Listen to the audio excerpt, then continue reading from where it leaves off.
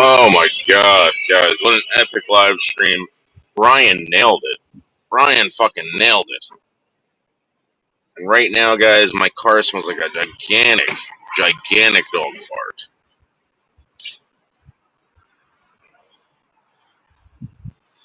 Oh, fuck. You know, the one thing I have to say, or the one thing I have to ask is please let Brian have a chance. Because I really think that Brian could be something great. I think that Brian, um, you know, he gets angry, but not like really bad. He's appropriate. He's a sweet guy, you know. And the fact that he wants to destroy Anderson Henderson, destroy Anderson Henderson. I'm gonna get this guy to kill Anderson Henderson. I'm gonna get him to kill Bergs. I'm gonna get him to kill all these people in the boys, all of them. Melton John, all of them. Brian's got the look. Brian's got the look, and he's got the attitude. I'm gonna try to get him up here. I've been trying to get him to call me all day. He won't call me. And I want to get him up on the panel and interview him and let you guys, you know, without him getting excited over people dropping the N bomb and stuff like that. The guy blacked out for 1 year straight. 1 year straight. Hopefully Anderson is paying attention, and Anderson, said he's going to do a stupid fireball bullshit tonight, but who knows? Hopefully Brian makes an appearance over in Anderson's. Brian's just trying to do the right thing. He's not trying to do the right thing. Jennifer Marie, this is Brian Bush family. I'm going to put the link in the chat. There it is. Hold on. This is the link to his channel. Go check it out. He just got porn bombed by a gay Bill. By Gay Bill. Oh, did I? Oh, sorry. I was driving when I hold on, let me see if I can fix that. Hold on.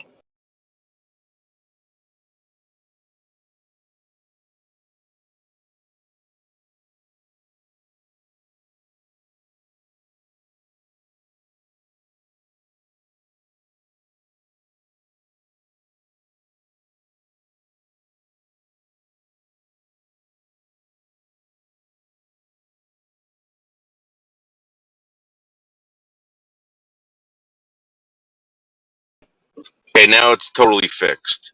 Totally fixed. Dave, is this a trap? No, it's not. No, it's not. Denise, what did you think about Brian? What did you think about Brian? I thought he was great. I got tons of text messages saying, keep Brian, keep Brian. Listen, he's a pleasant guy, I'm telling you. But he's got a dark side to him. An extreme dark side. I swear to you, the stories, the guy's allergic to water. He's a fucking gypsy, all right? He blacked out for a fucking year. He's resistant to Depakote. He's been tased 27 times. This guy is Colt 45 caliber on steroids. This guy, and he's got a heart of gold. Heart of gold. Jennifer Marie, he is allergic to water. You missed the epic live stream, Jennifer Marie.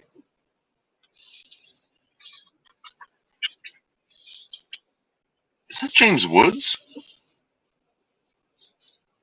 I think that might be James Woods. That's James Woods. The great actor known as James Woods. Look, it's James Woods.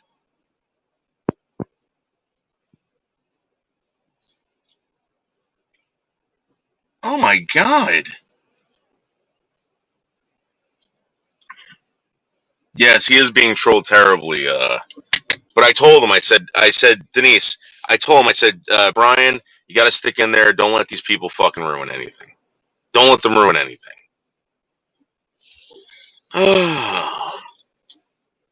Okay, thank you, Carlos. Thank you. Carlos, what did you think about Brian?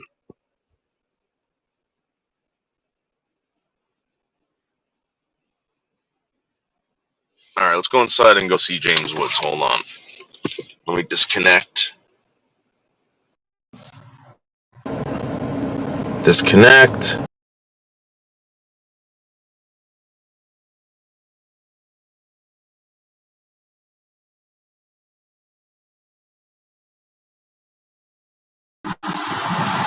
Alright, let's go see James Woods.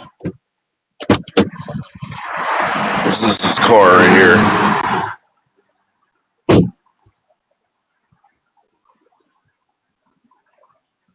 It's definitely James Woods. Hold on, I just cut my hair, so I'm not really sure if I did a good job or not. So we'll see.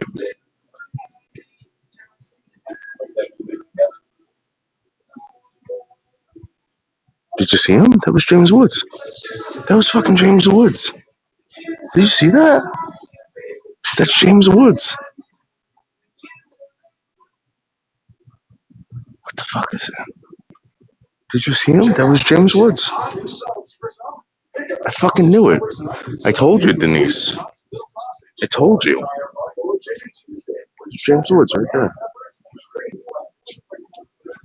There is. It's James Woods.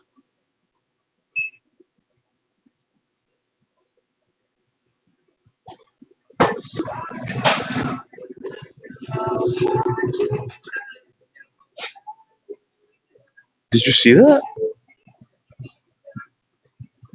No, I'm not gonna bother him. Actually, let me go get one of my muscle drinks.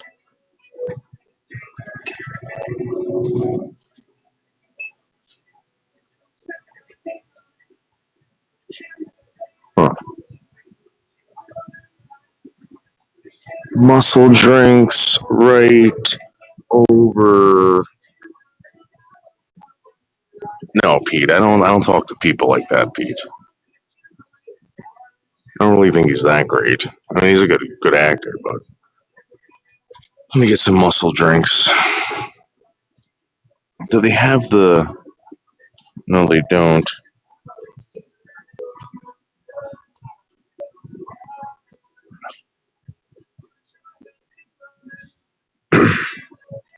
My ears are exploding. I'm highly congested. I kind of feel like I might have this Delta variant bullshit. I'm not even kidding. They're on fire too.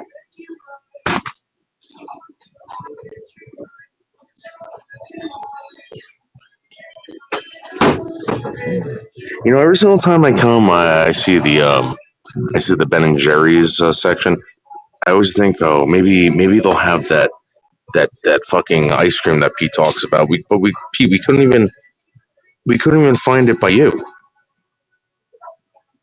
I think it's an exclusive somewhere else. Let's get some Haagen-Dazs. Oh, dude, I'm gonna get some Rocky Road Haagen-Dazs.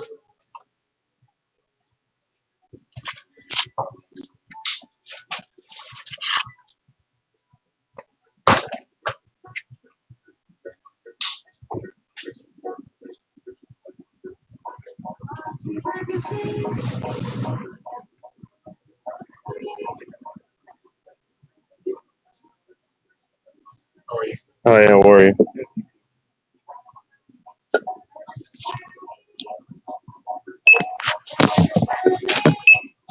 $8.50. Thank you. I have 15 cents for you. Sure.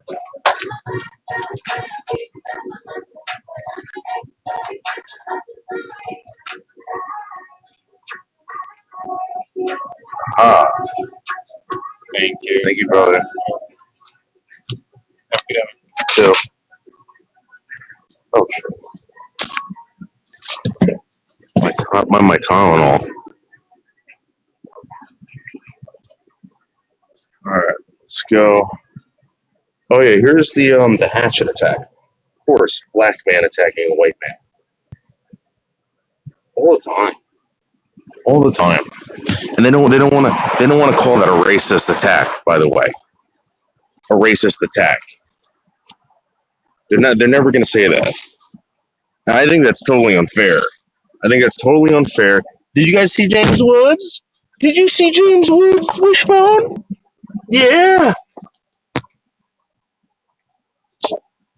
Again, it's a black man attacking a white man with a hatchet. All right, a black man attacking a white man with a hatchet. How could that not be racist? Now, if it was a white man attacking a black man with a hatchet, oh my God, it would be a Trump supporter. Trump supporter attacks poor innocent black man. Racism on the loose in America because of Trump. Pete, I already rinsed my mouth out with hydrogen peroxide. I did the oral rinse. But I haven't done it to my ears. I did it with my mouth.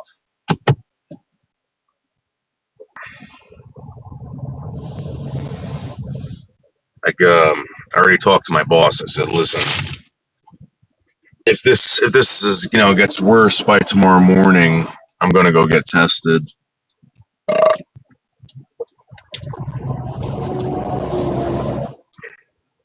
Wishbone, could you please go lay down, please? That would be great, Wishbone, if you could lay the fuck down. Guys, we're gonna drive past Michelle K's house right now, right down the road. We're gonna set her lawn on fire. Oh. Yeah, vlogger. I told the guy, I was like, oh no, he's cool, and he was like, fuck that. I don't know. I think I like Brian. I think Brian's gonna stick around. I don't think you're gonna be able to frighten Brian away. Well, who knows? We'll see what happens. Dude, I give the guy my phone number too. He won't call me. Do it in your. Well, I have the mouth rinse, Pete. I don't have. I think I should shoot it into my veins. Give myself a hot hydrogen peroxide injection. So I'll get tested tomorrow. I'll get the day off if it's that bad. If not, everyone's going to be exposed to the Delta virus or Delta variant.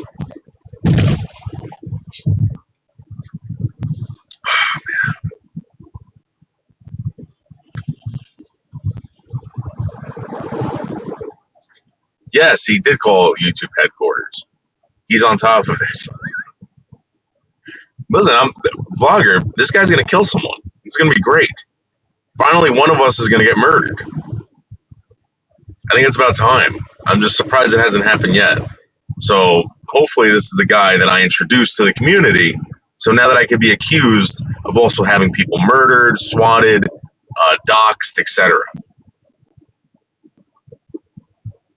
I will be the most infamous YouTube troll ever. Ever.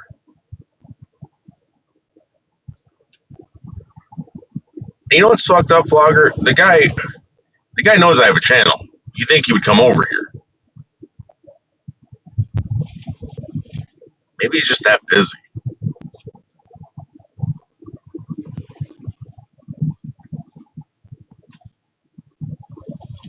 But yeah, he has some serious hate for that Anderson Henderson. I'm telling you right now. Oh man.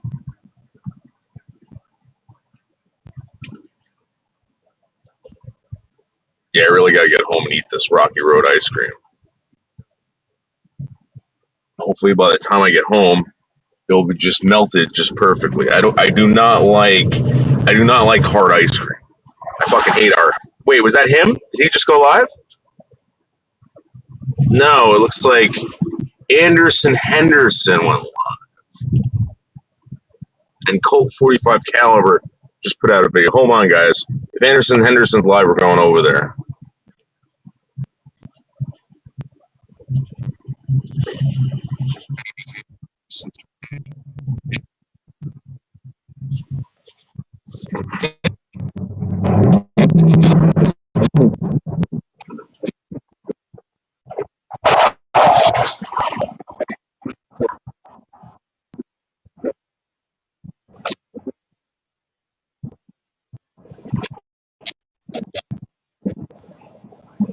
No, it was just an Anderson Henderson rerun.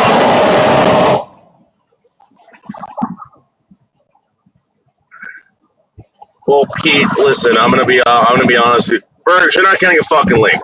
You're not getting a fucking link. I'm sick and tired of you, dude. You gotta fucking make up your mind about what you want to do, Bergs. You want to ditch me? Bergs, I'm gonna have this guy Brian come after you. I'm gonna have Brian Bush family come after you, Bergs. I'm gonna tell him that you sold fucking alcohol to minors. He hates that.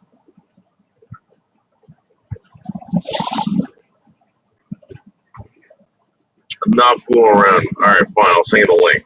Hold on.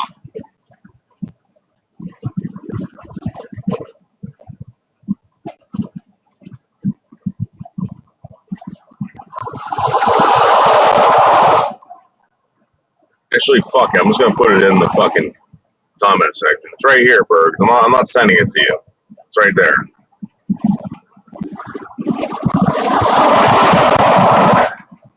In fact, hold on. Let me sync up to my car. I gotta sync this shit up. So I gotta hear this.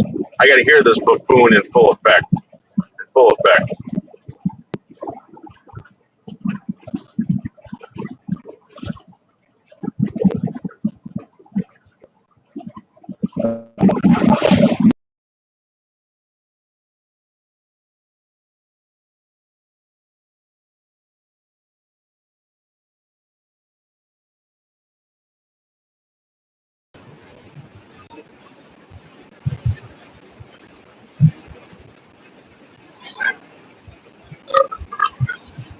Denise, I'm going to tell you something right now, Denise.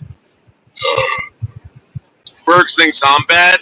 Wait until Brian Bush family finds out about Bergs. Wait until Brian Bush family finds out about this fucking guy.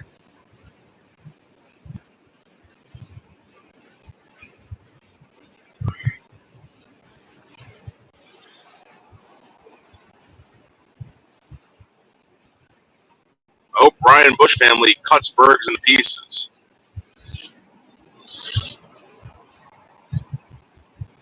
This guy is allergic to water. He's allergic to water, and he blacked out for 24 hours. He was tased 27 times in one night by the police. All right?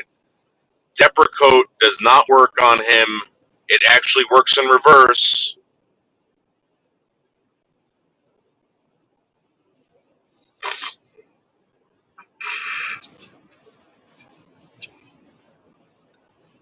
People, hopefully this is just a bug. I think I'm going to take some Tylenol PM as soon as I get home.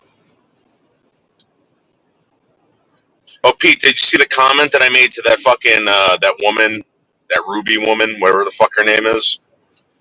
There, Pete, what was the name of that woman that got sick? She made that video.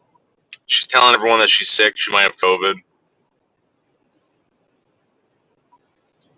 Oh, vlogger. My back was so fucked up. So fucked up when I went out there. This woman put some balm on there. She massaged it for me. She gave me cold compresses, hot compresses, and I was better within an hour. I was like jumping around.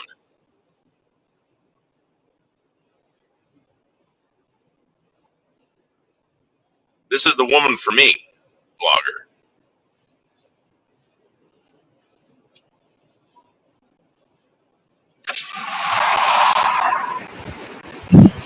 Yes, Rebel Rose Jade, guys.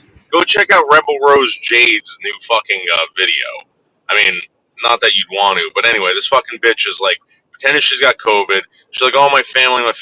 So I'm like, I would like to donate to your family. How can I donate to your family? And like 7 minutes later, she's like, "Oh, the link's in the description." She's so sick. She's so sick, but she can check all of her comments and reply to everyone. Give me a fucking break, Rebel Rose Jade. And no offense, Rebel Rose Jade, there's no amount of money that you're ever going to receive to fucking make you defeat the Delta variant COVID. It's not going to happen. In fact, I might have it right now. I'm one of the richest people on YouTube. or in this community at least. And there's no money in the world that's going to save me.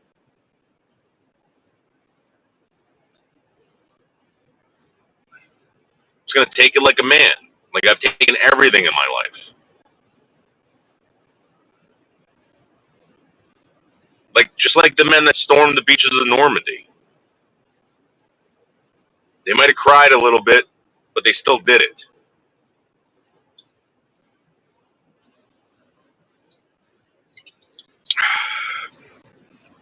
Now we just ended a 20-year fucking war. I mean, think about this.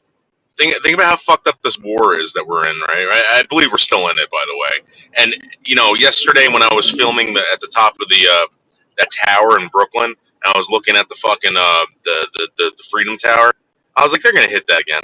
Just wait. There's gonna be another terrorist attack soon. Watch. Watch. Are you fucking kidding me? So this war is so fucked up, right? That the soldiers that went there 20 years ago, right, now have kids that are fighting in this fucking war. Think about that. Think about that. That's fucking insane.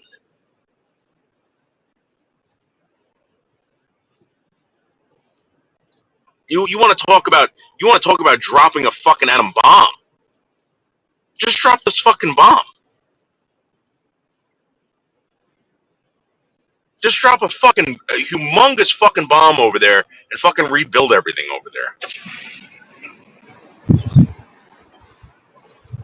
Who cares? What are you gonna have? The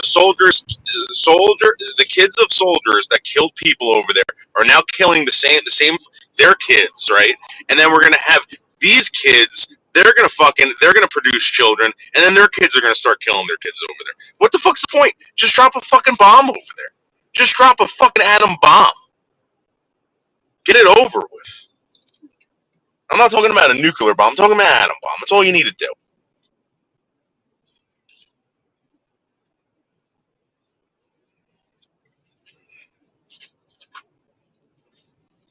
And let me tell you something. Let me tell you something. All the shit that you see over there, it's all planned out.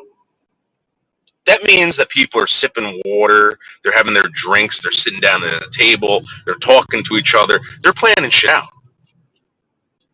Make it so that there's no more fucking tables. Make it so that they can't drink the fucking water. Make it so that they can't plan anything out. Destroy everything over there.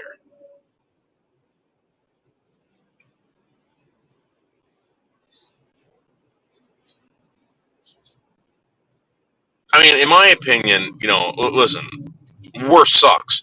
I don't believe in war. I hate war. But I do believe in dropping atom bombs. All right? Atom bombs fucking just decimate shit. Just vaporizes people.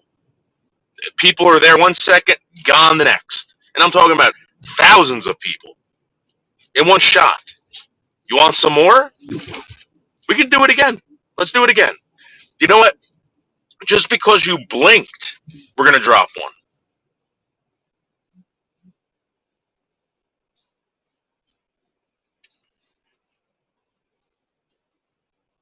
And drop one on Israel, too. Get rid of those troublemakers.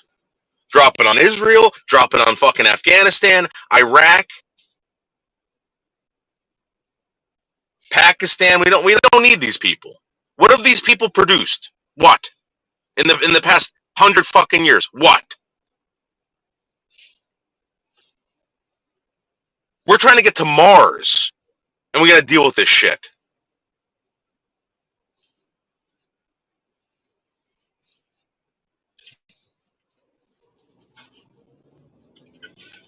You got to deal with these cavemen over there,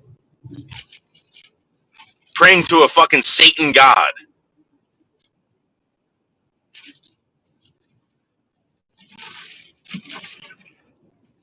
Oh my god.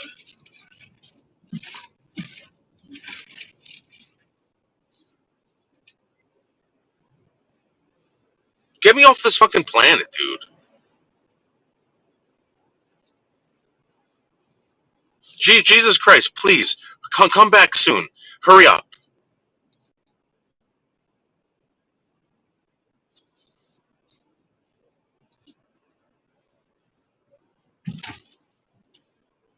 You know what? If I don't make it, so what? So what? What? I'm no longer gonna exist on this fucking hellhole Earth. Think about how awesome this planet is, right? Totally awesome. All these opportunities, all these experiences, but then you got to deal with the smells and the blood and the. I mean, the most beautiful thing in the world still produces waste. Like I saw this guy, he was doing a live stream, and there were all these fucking like sea lions and fucking whatever out, and he said it stunk.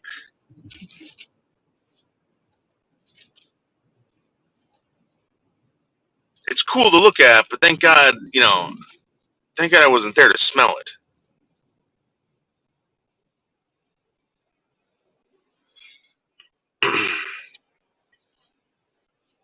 You know what?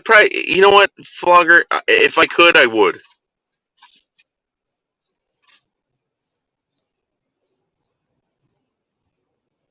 I could, I would. I wonder what kind of drug they're going to bring to Mars because I was thinking about this, right? Every expedition man has ever made on planet Earth, they've always brought some kind of fucking drug with them to get high. I'm talking about like a drug to get high. I wonder what drug they're going to fucking bring. Even the Russian astronauts, they even brought a I forgot what it was called. Tasha was showing me the shit.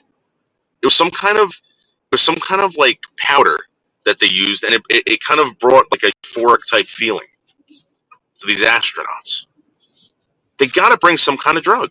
Human beings need some kind of drug to keep their mind off reality.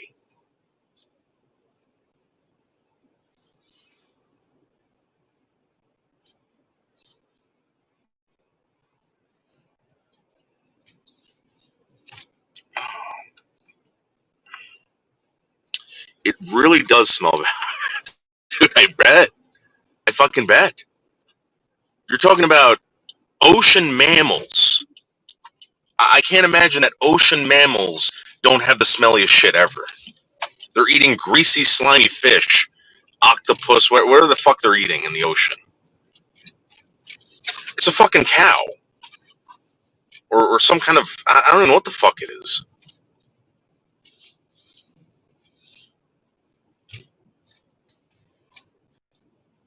Probably, I don't even know what the fuck that is, Carl.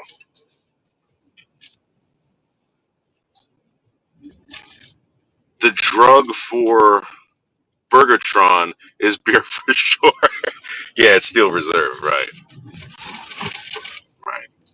Hold on, guys. Let me see what I just got texted.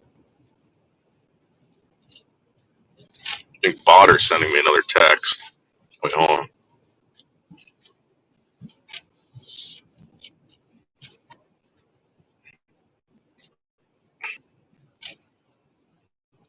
Oh,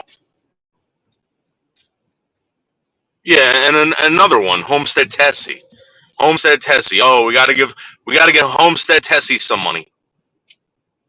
She needs it for sure. Who the fuck are these people?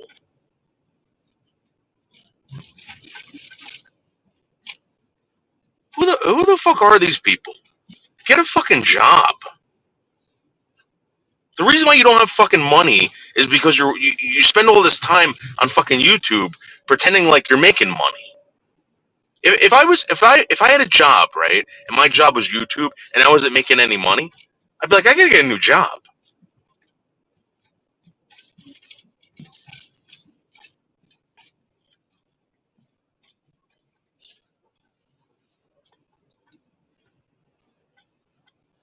Yeah, well, but they pretend like they're not. Like I get it. Like if listen, there's people on the street that beg all day. All right, you know that they're beggars. You know that they're lying to you. You know whatever. They're asking, whatever. These people pretend like they got it together, like they know what's going on. This is what blows my mind. Anyone on YouTube who's asking for money, all right? Let me tell you something. Anyone on YouTube who's asking for money, you probably shouldn't be taking any fucking advice from them. Any advice. Anyone who needs money to keep their YouTube channel going, you probably shouldn't be taking advice from them. Because I'm telling you right now, it doesn't cost that much. It does not cost that much. Stray.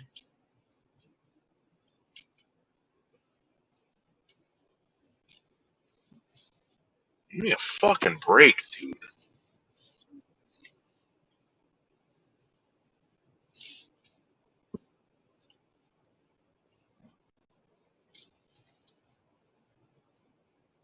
Yeah, right? I mean, seriously, who the fuck is...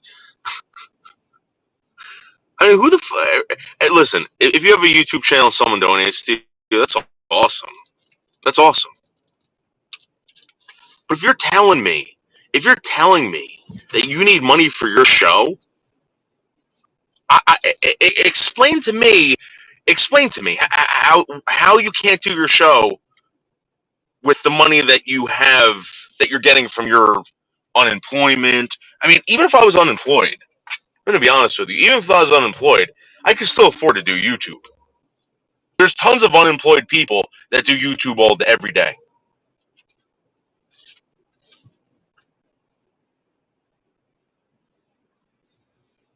I mean, at this point, you're just being greedy, and people are taking you seriously. And I get it. Some people feel bad. All right, some people feel bad. But let me tell you something. You feeling bad is a natural thing. All right, it's empathy, and that's a good thing to have. But how is money gonna fix anything that these people like Abby? Give her a fucking kidney and call it a fucking day. Give her a fucking kidney and call it a day, so we don't have to hear this fucking bitch complain all the time. Seriously. She's mad at everyone. She's mad at the fucking world. Give her a fucking kidney. And I guarantee if you do, if she gets a fucking kidney, the complaining won't stop. It won't.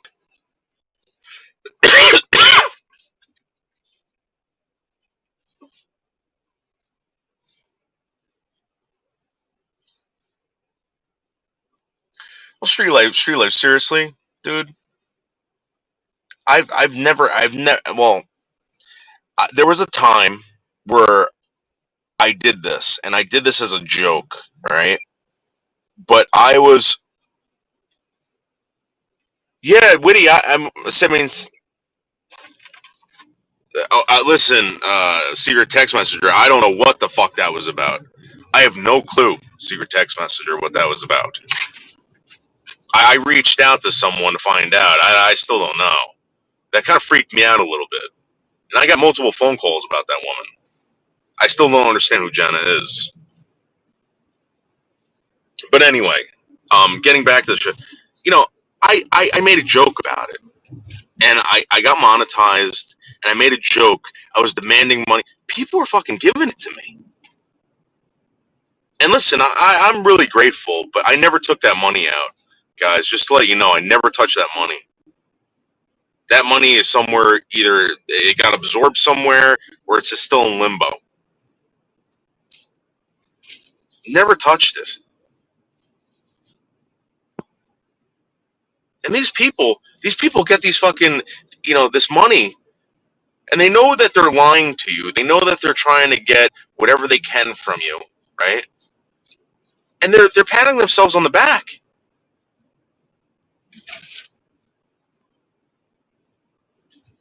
For what? For what? And listen, anyone who gives anything It's amazing. All right. The fact that someone, I remember the first $20 donation I got. I was like, you gotta be fucking kidding me. You gotta be kidding me. And I thought to myself, well, you know what? If this is a thing and I continue to get money, I'm going to donate. I'm going to donate it to either other channels or I'm going to donate it to, I didn't want to tell you guys this because I don't know if you'd agree with it. And I didn't know if it was the right thing to do, but I was thinking about giving it to my congregation. And I really don't think that was the right thing to do because I don't think any of you would have agreed with that. So I went to Pickerick. I said, Pickerick, let me give you this money. The guy says, no, give it to Stray. Stray's a fucking complete scumbag. He needs the money. I go to Stray. Stray goes, nah. He goes, donate it. Donate it to a fucking animal fucking organization. I'm like, all right, Stray, tell me where to fucking donate this money. The guy's like, I don't know. This is my point. This money, no one cares. Like, they don't really care. You've given $20. You've given $30 to these people. They don't fucking, they don't give a shit. I felt so bad. It became a job to me. I was searching for places to put this money. Thank God I never fucking touched it. I got the fucking code in the mail. I never fucking did anything with it. I think I still have it. I left it in my fucking in my counter, and then the channel was terminated. Thank God. Thank fucking God.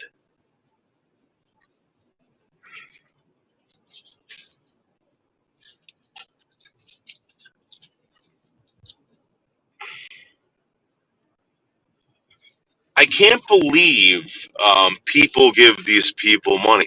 So I talked to someone today, all right, who gave a very generous donation to someone. If I told you how much it was and who it was, you'd fucking vomit, all right? And I said to this person, I said, don't keep your money. I don't know, because then you find out these people are scumbags, and then you're like, oh. And, this person told me why they did it, and I understand. They want to help people so bad that they think by giving this money they're helping them. But in fact, they might be creating monsters. I think, and to this person, I don't see you in the chat, but maybe you're listening. All right, you might, by doing that, and I'm not saying you did, but by doing that, you could have created a fucking monster. Look at Rich Life. Look at Bergs. Donations created a fucking monster. Buttplug 1980. Thank you, Secret Text Messenger. Created a fucking monster. And when you feed the rats come back. So don't complain about it.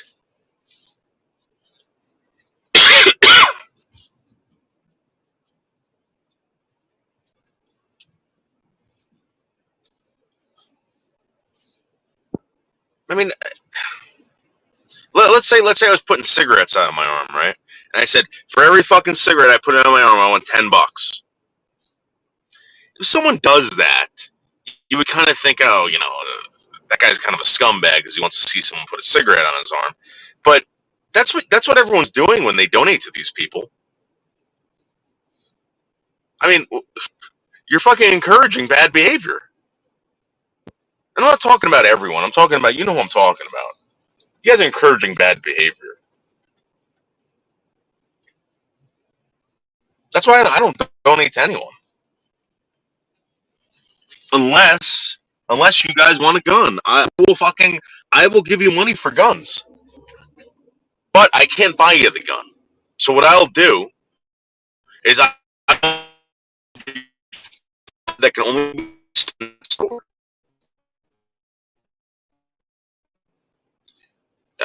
No, Secret Text Messenger. I'm not telling you not to. I'm just saying that these are the possibilities, Secret Text Messenger. I would never, Secret Text, don't get me wrong. All right, don't get me wrong. Because Secret Text Messenger, the way you made me feel when you did that to me, I'll never forget that. That's why I never say anything bad about you. I know what kind of person you are. You're a good person, and But I'm just saying the potential of you creating a monster is very great with these fucking delinquents. All right, and it could have happened to me too. That's why I said thank God. Thank God the channel was terminated. I could have turned into a fucking money monster.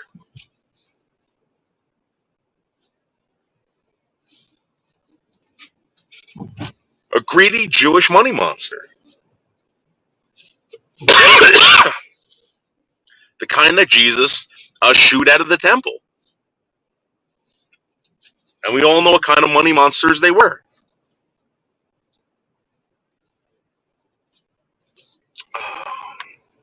Are you saying that you out monster the monsters?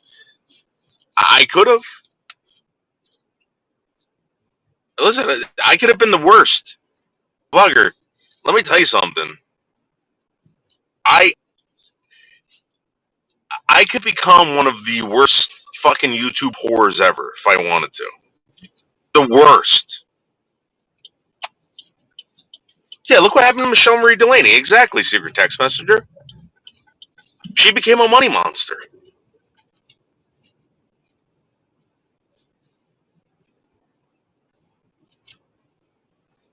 Now she's rolling in the dough. Look at her now. She's got golden fucking hair.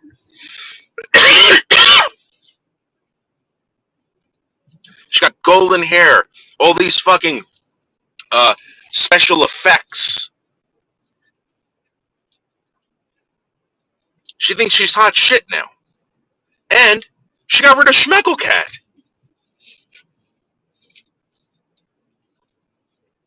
Oh my god. You should become a money monster. Huh.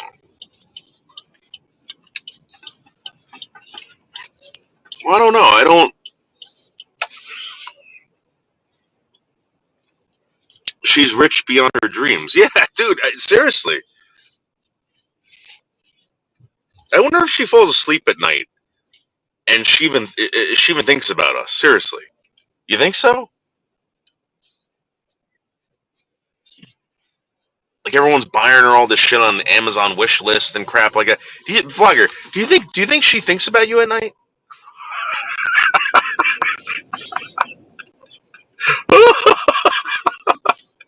Oh, but whatever. This is what happens.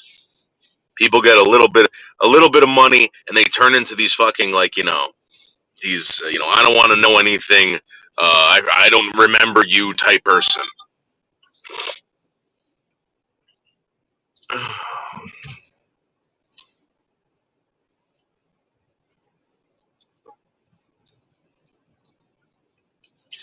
I tried to Chief Big Cloud. I actually asked her if she wanted me to bust inside of her. If she wanted me to bust inside of her, she didn't say no. She didn't say no. Something told me deep inside, pull out, pull out, pull out. And I busted one heavy, hot one all over her back. All over her back, dude. Like a bull. She's not thinking about me. I know that. Yeah. Oh, yeah.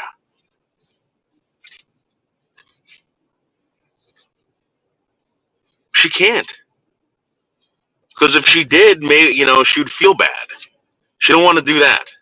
It's all about feeling good. It's all about feeling good and making that ska roll.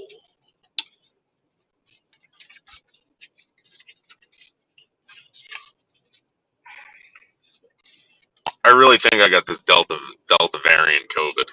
My head's pounding now. Let's see.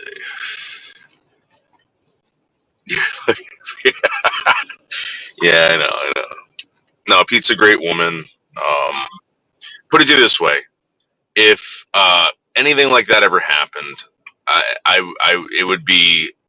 it it would be my pleasure um, to have a child with her. She's a very nice woman. I'd want to do it the right way, of course, but I'm just saying if that was the case, yeah, it would be my pleasure.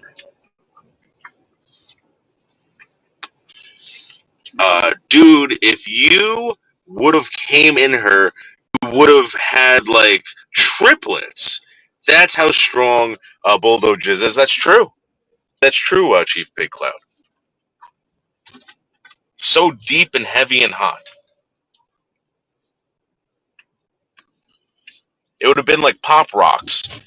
She would have felt like it would have felt like pop rocks exploding inside of her. Like someone ripped open a full bag of pop rocks and spread her vagina open and started pouring it down her vagina. She would have been like, "Oh my God, I'm so pregnant."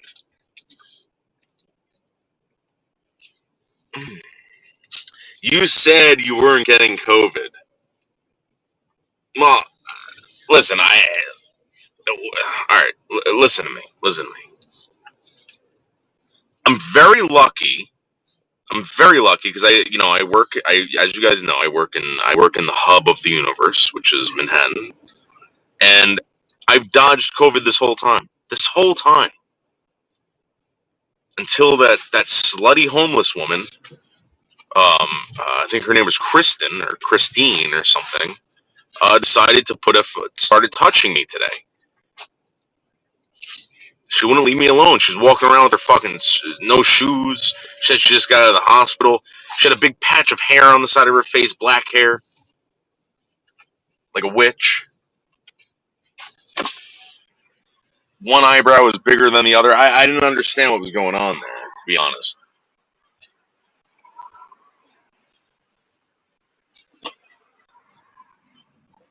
Yes, I can smell and taste. Yeah, I'm gonna be honest with you. I think I might have like a cold or something like that. My chest is fine. I think so. The only thing that's fucked up, I check my heart. So I have high blood pressure, right? And I bought this watch, and I check my blood pressure, and whenever it goes above like 92, 98, I relax. I sit down, I relax, and I calm down. I used to have panic attacks. I learned how to deal with them without medication. Um, I'm very in tune with my body, and I think that's why I haven't gotten COVID. Very in tune. But I will say this: when I went to Florida, all right, when I was down in Florida, my supervisor got sick, all right, and he was telling me, he's like, "Dude, this feels different. Like, I feel really, really sick." And they had to drive all the way back to Jersey. Everyone in his family got sick. This was before. This was before. This was in October. This was in October. The end of October, we came back. So I don't really think anyone really knew what was going on yet. And I remember waking up one night with the chills. The chills were so bad, and I remember it felt like it lasted for hours and hours.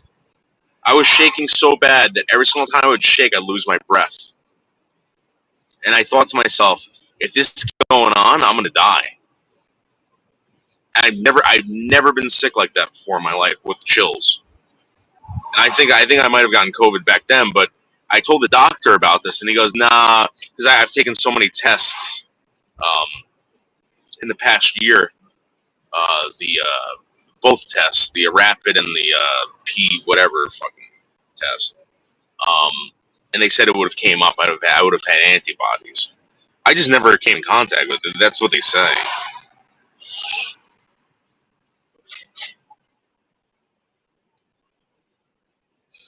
Do you have any symptoms, Chief Big Cloud? It's just my ears, my throat. I think I might have a sign. I coughed up a little shit this morning. Um, my throat's scratchy. I got a little bit of a headache, like in the middle, like of my forehead. You know.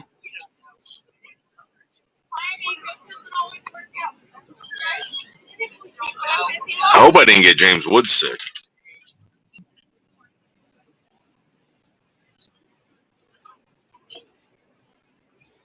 Imagine if I was responsible for getting James Woods COVID.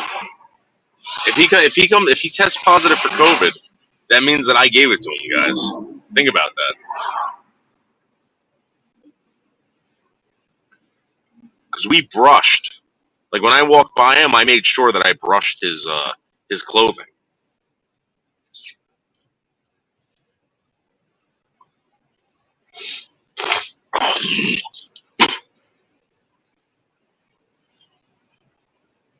Severe diarrhea, no joke. You know what? I just had diarrhea, but I've been drinking these fucking drinks.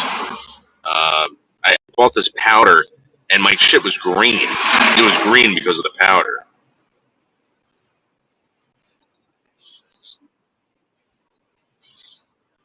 Yeah, so you know what, Chief Big Cloud. I think I'm going in tomorrow. I think I'm gonna go get tested because I can't fuck around with this. I really do not want to get anyone sick.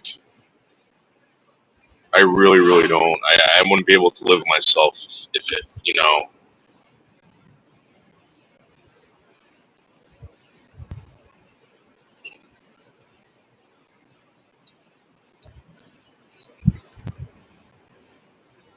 Did you run WLM off?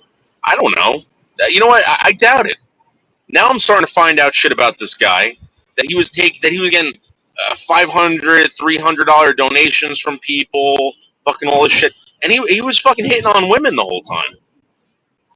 I thought that was a joke, but now these women are coming out saying, yeah. And listen, I don't know what the situation was, but they're telling me that they were like in love with this guy.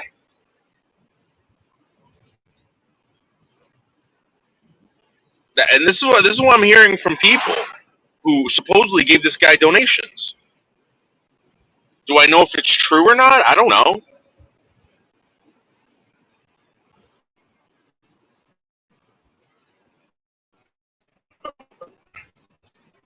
Listen, I think he was being groomed for something. All right.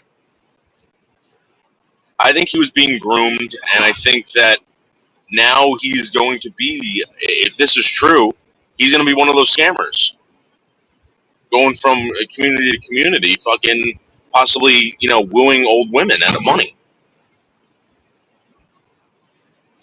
If it's true.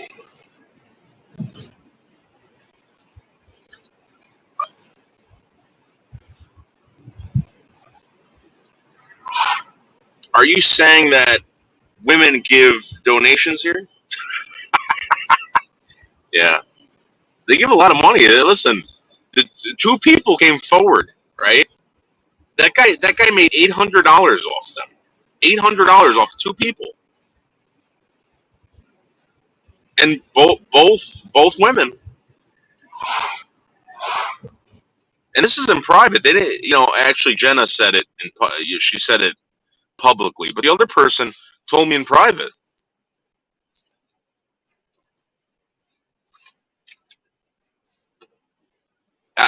The dude, I didn't know that. I had no fucking clue. I think someone might have said that to me a while ago. And when I mean a while ago, like maybe like 4 months ago, I was just like, yeah, whatever, whatever. But someone made it sound like, yeah, no, he's scamming these old women out of money.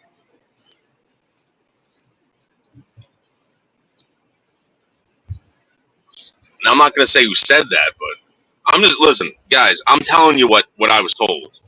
I'm not telling you that it's true. I'm not telling you whatever. These people can tell you themselves, but they're not going to.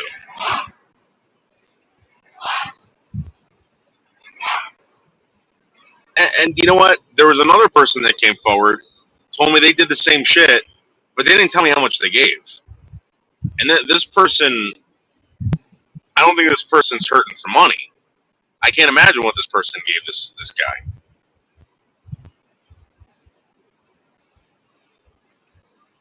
And again, Craig, if you got a problem with it, take it up with these fucking people.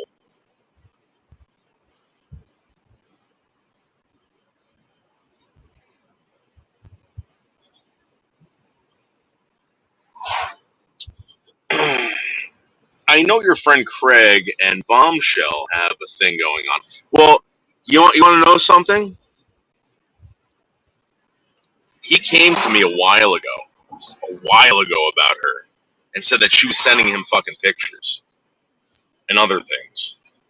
She had a big crush on that guy. This was before all the fighting shit happened.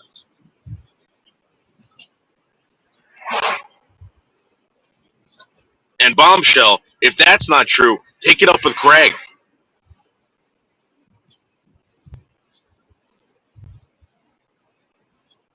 And I don't have any of this in writing. This is all through conversation over the phone. So don't ask me for fucking receipts. You can take the receipts and shove them up your fucking ass. Don't ever ask me for fucking receipts. Fucking receipts. That's such a gayest fucking thing to say. Besides, Quinn putting poop dick in his mouth.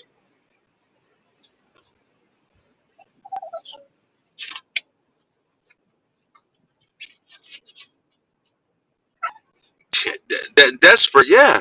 Well, listen, I kind of imagine you're in your twilight years.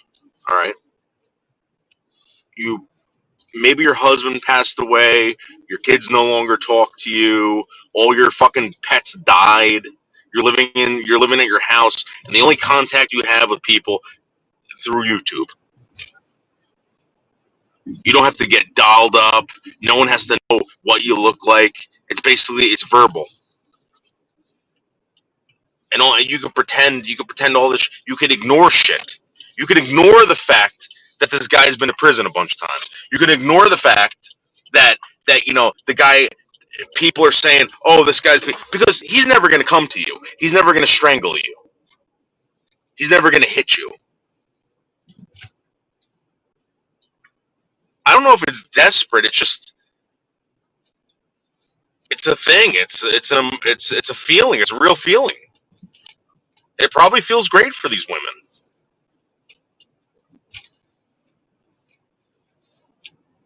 It's basically everything they've wanted from men their whole life without the physical abuse. I know tons of these women that date scumbags, that date abusive douchebags for some strange reason. And I remember the first time I saw it was in high school. I remember thinking to myself, I'm like, yeah, but this guy's not a good guy. And these chicks were fucking blowing this guy, fucking. I'm thinking to myself, yeah, but he's not a good guy. Doesn't make sense.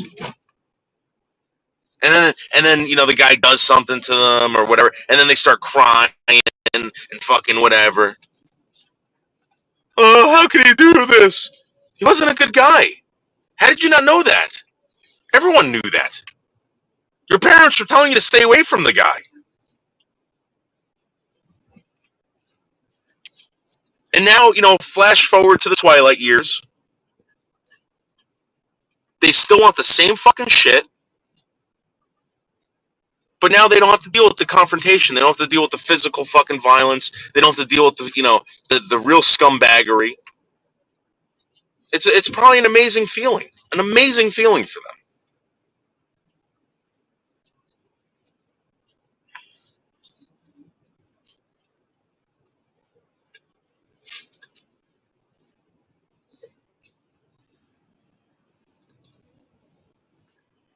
And to be honest with you, I don't really think it's much of a scam. These women, I think they got what they wanted from the guy. You know what happened? When they stopped getting the attention, that's when they got pissed off. That's when they got upset. Wishbone, what's going on back there? What are you doing? I hear a lot of licking going on back there.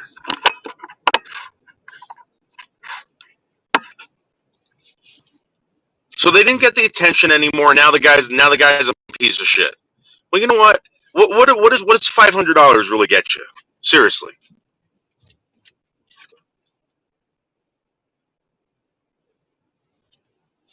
A lifetime of fucking of WLM? No.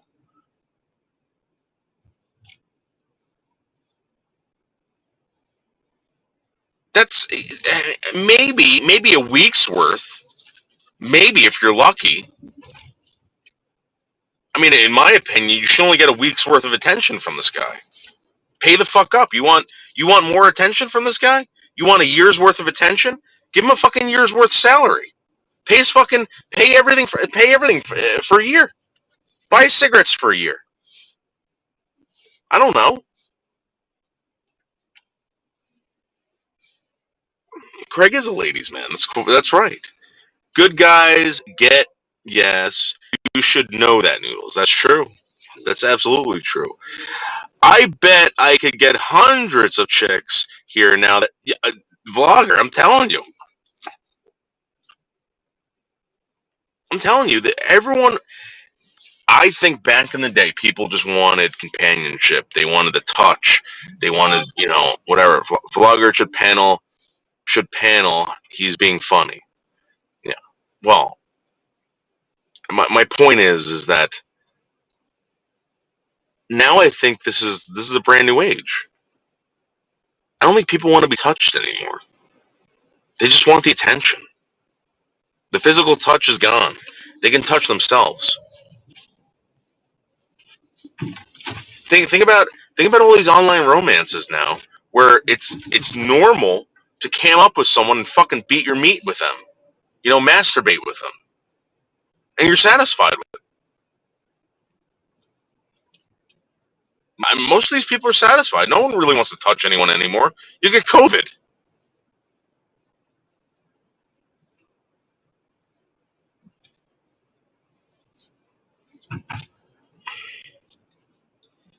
No, Craig is not funny. He is not funny because he's not a happy guy.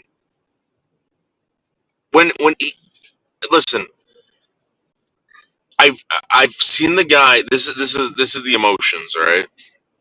He's either extremely happy or extremely mad. And when he's extremely happy, he acts like a fucking child. And when he's extremely mad, he acts like a child. There's no in between. Listen, I catch myself every once in a while, but I don't think the guy's conscious or aware of how he's living in the moment.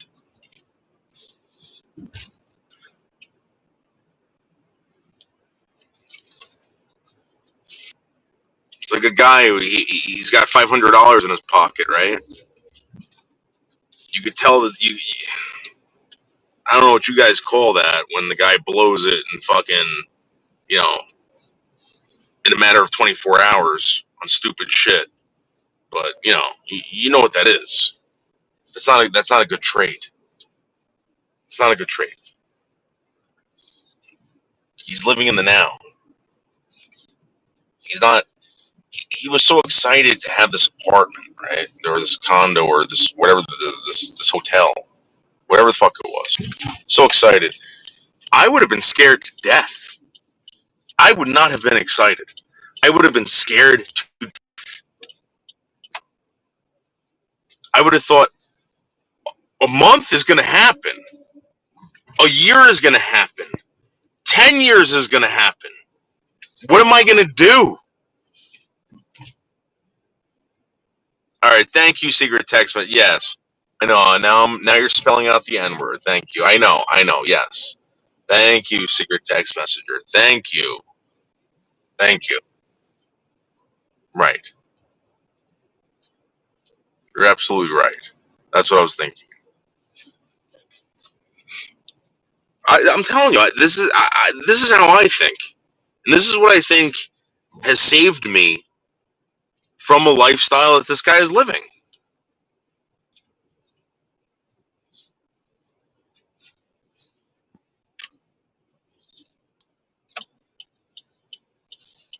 No, absolutely not. Not a trade at all.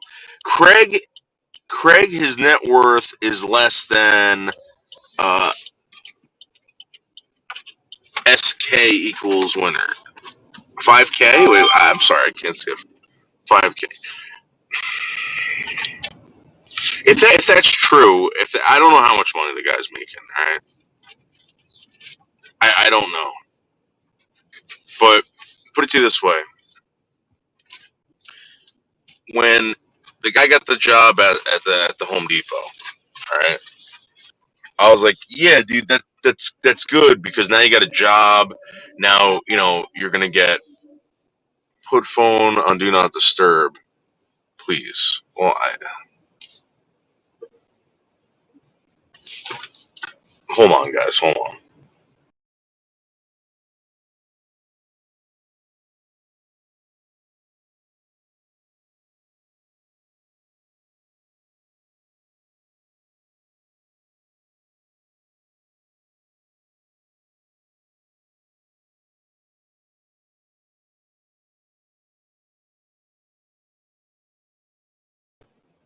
Yeah, so when he got the job at the Home Depot, all right, I said to him, I was like, yeah, good, you got a job because this is when he came out of like he was still on parole or probation or where the fuck it was, and at the time he was telling me, and this is his words, all right.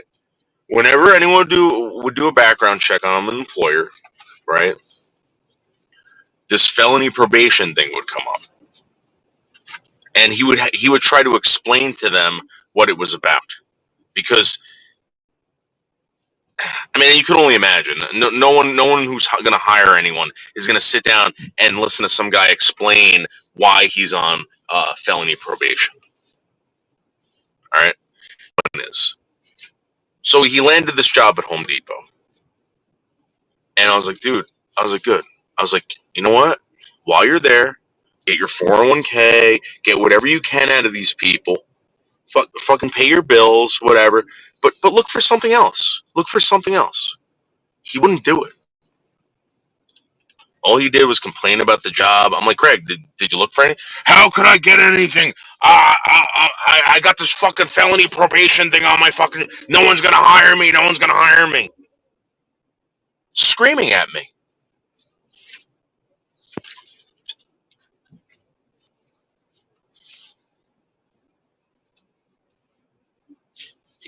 Here's the thing, though. All right. I remember telling him, I was like, dude. I was like, come on. I was like, the guys I worked with made more money than you would do an hour, right? Picking up garbage. Telling me you can't go fucking work for a garbage company or something like that, or whatever, and look, you'll get better benefits, you'll get more money. I can't do that. I got a bad knee. I got a bad leg. This is all true. This is the conversation that we had. And Craig, you know what? If I'm getting it wrong, Craig, this is what I heard come out of your mouth. You want to put me in front of a judge? This is exactly what I'm gonna fucking tell a judge. You can tell the judge, no, I never said that. Craig, this is what you fucking told me. This is what I heard. Is it true? Is he telling me the truth? Was he lying to me? I don't know. I have no clue. Just like the time when he told me he got arrested. This is what he told me. I was not there. Was he telling me the truth? I don't know. But this is what he told me. This is what I heard.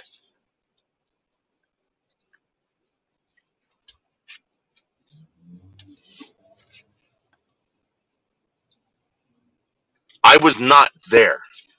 But I'm going to tell you guys the conversations that I had with this guy. All right. This is what happened.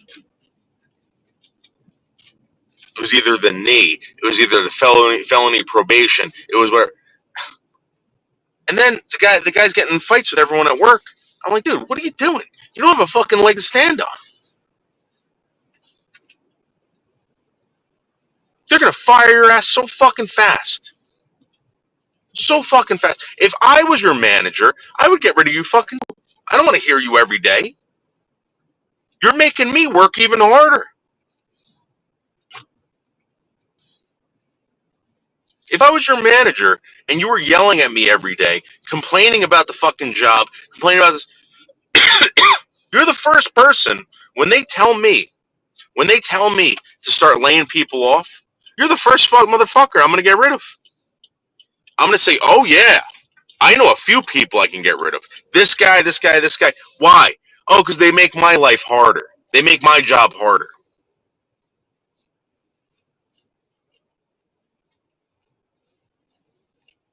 He doesn't get it. He doesn't get it. He thinks that like there's some kind of like rule where people have to be nice. People have to listen, man. I got laid off too, Craig, and I believe it was for the wrong reason. I believe it was because I spoke up. They sent me to fucking NYU Langone, NYU Medical Langone. I was exposed to COVID, and they sent me the very next day to the Google building in Manhattan. And I opened up my mouth, and my supervisor got pissed. And when they said, "Hey, we need to lay people off," I was on the list.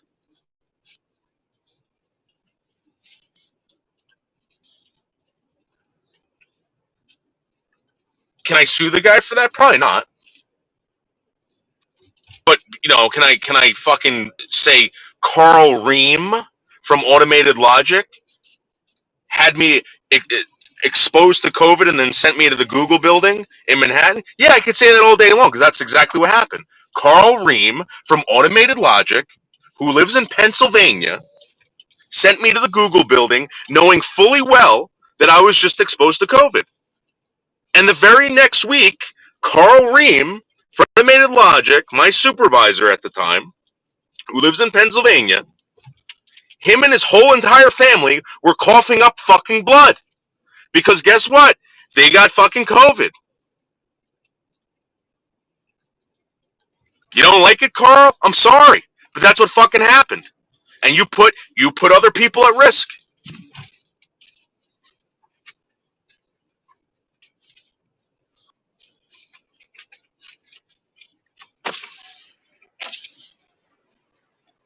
That listen, I've seen it. With my family. They don't. Some guys causing trouble over there. They'll look for every excuse to get rid of you.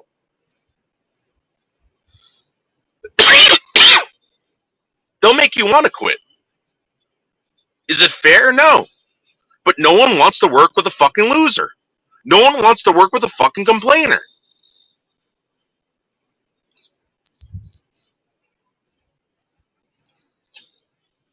What do you got? I don't know. I'm just pointing out that this guy. I found out that that these women are now complaining that they gave him money, and it's like, fuck. What do you expect? I mean, come on. What did you expect? Prince Craig to like pull fucking some kind of magic fucking you know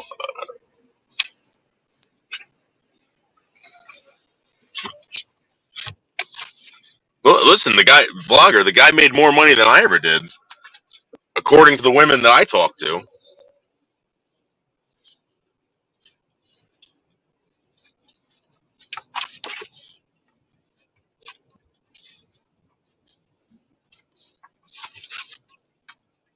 Vlogger, let me tell you something, Vlogger.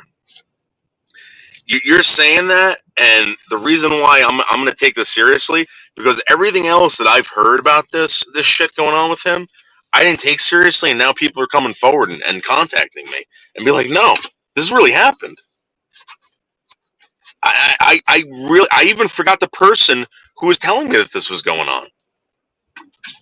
I wish I seriously, I'm sorry I didn't take it seriously.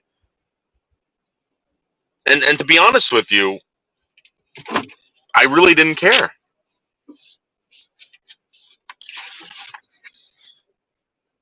Well, Vlogger, according to him,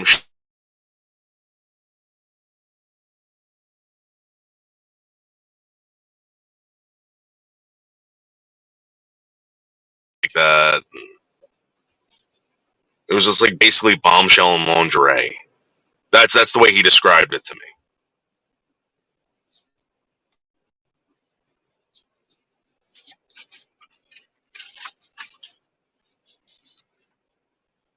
And listen, if he was lying, I don't know what to tell you. I'm telling you, this is what I was told. Do I believe it? I don't know what to believe. All right, because the guy is now telling me everything that he told me 3 years ago about his fucking arrests and all this shit. He's telling me it's all wrong.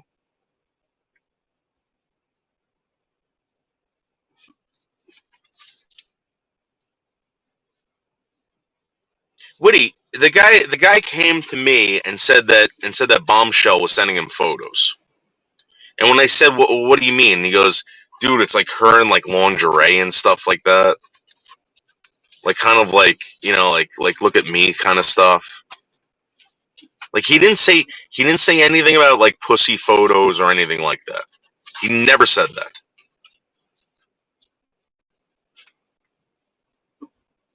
Did it go there? I don't know.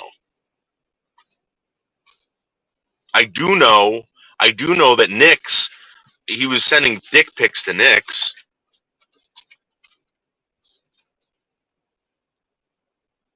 Well, I don't know that, but that's what he told me. That's what he told me.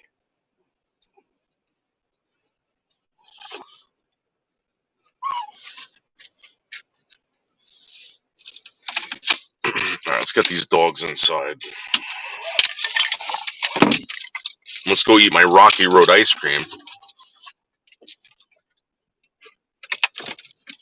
Uh,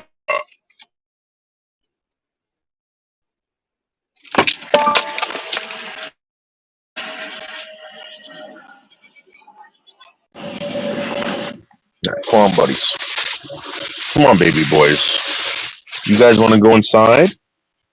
Do you guys want to go inside and eat some of Daddy's ice cream?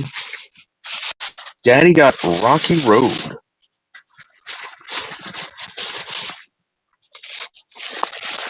It might be the last Rocky Road ice cream I ever eat because I truly believe that I have the Delta variant COVID. If you guys want to donate money to my whatever, because money is obviously going to help me defeat COVID.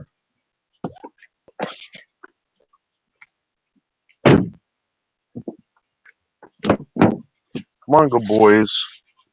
Come on. Let's go. Come on, Tino.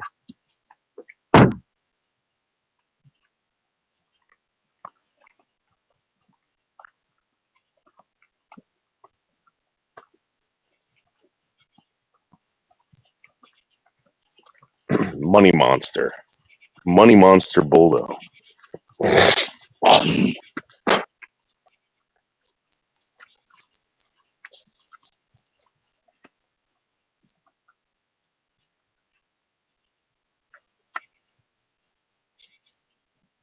Peanut butter ice cream? I don't know.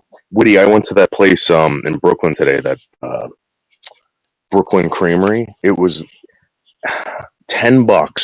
$10 for a small milkshake. $10. $6.50 for one scoop of ice cream. It wasn't worth it. And I'm hoping that that's what gave me the diarrhea and not the COVID. Come on, let's go. Come on. Get inside. Let's go. Get over here. Tino! Tino! Get up here. Let's go. Get inside. Let's go. Good boys.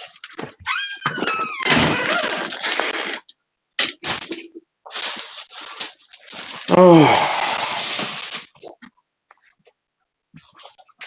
Yeah, it was me and Spider.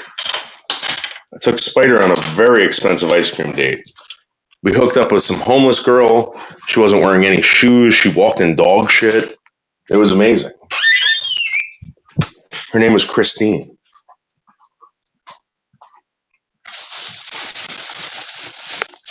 I tried to get her number for Spider. Spider didn't want to talk to her. She goes, what is this guy, gay?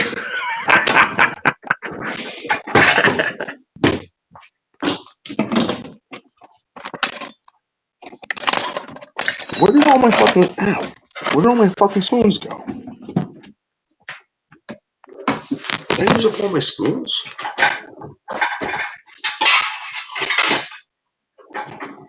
You've got to be kidding me.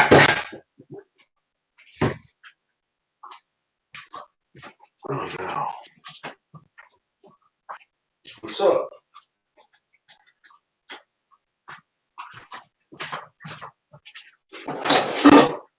Let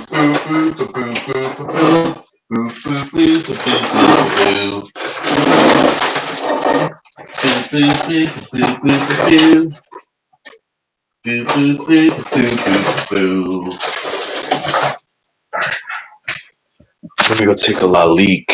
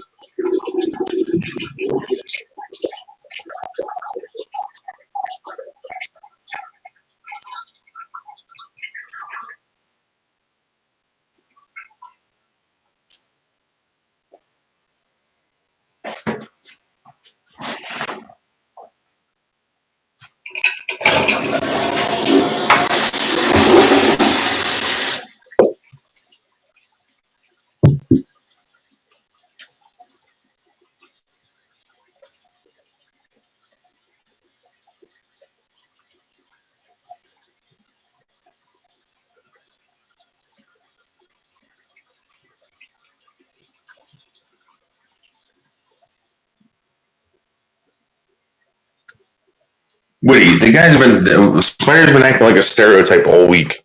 All week.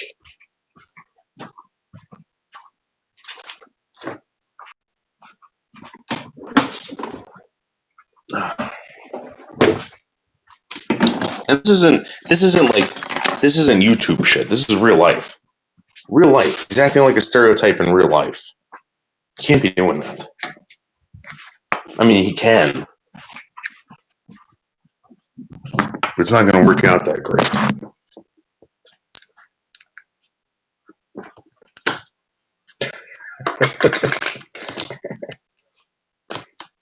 All right, let's see if we can get at this Rocky Road ice cream. Oh, this is Haagen-Dazs. Oh my god.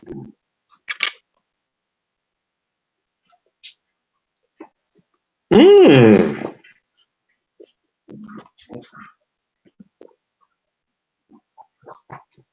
Mmm. Mmm.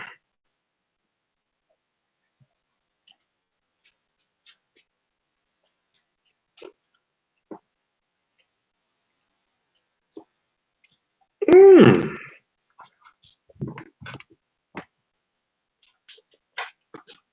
Mmm.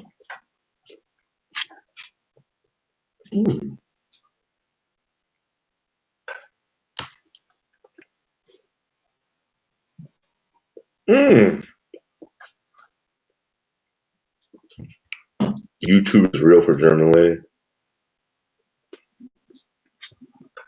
Let me be honest with you.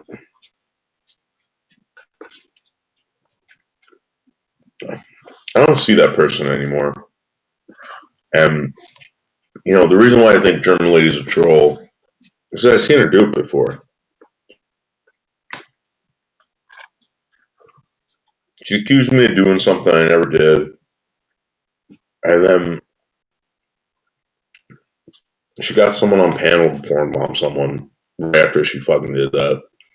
And she goes, oh, I gotta talk with that guy. Yeah, okay.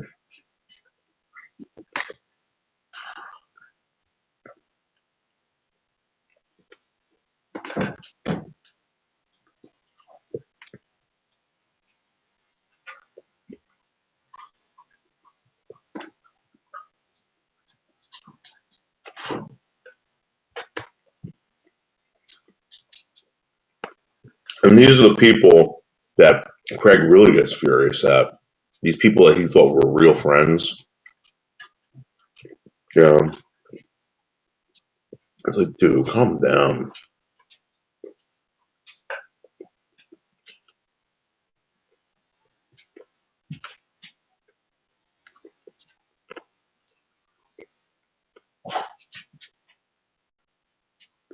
think that people start realizing that he's just a baby.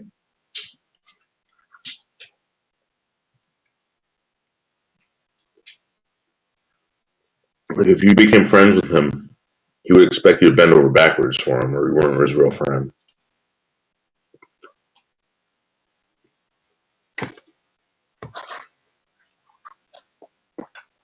I knew it was going to backfire on everyone. I was just waiting for it. Unfortunately, I didn't see it happen to Snutter. I wanted to see it happen to Snutter so bad.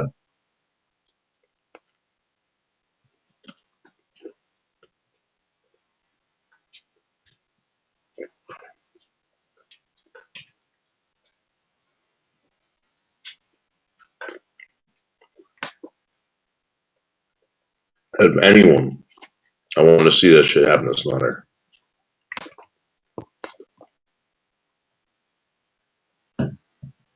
Oh my god.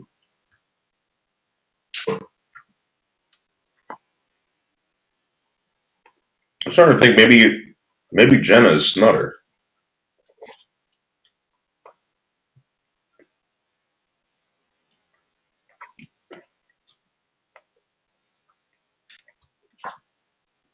Maybe that's why Jenna, no one's ever seen her before. You know, maybe Jenna is, or Snutter is Jenna.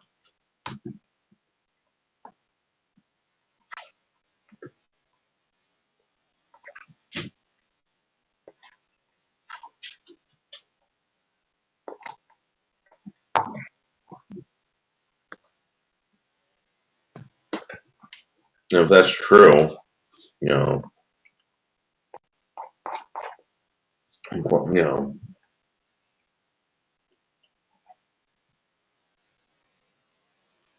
too bad. I don't know.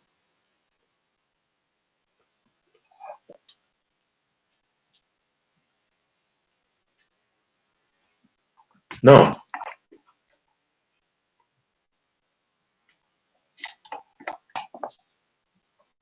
like I don't feel that bad, Snutter.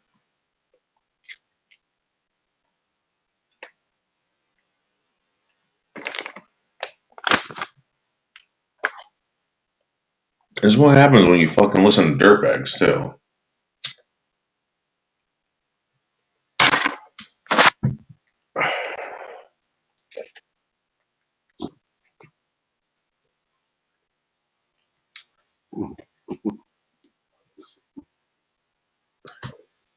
I know more people are going to come forward. I know 100% more people are going to come forward. I mean, and if it happens, I don't want to hear it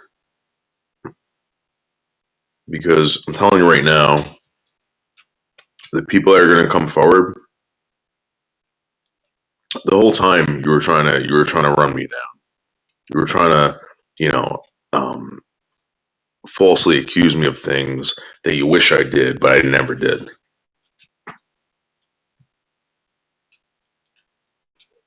You wanted to catch me in lies. You wanted to do all this shit. Well, guess what?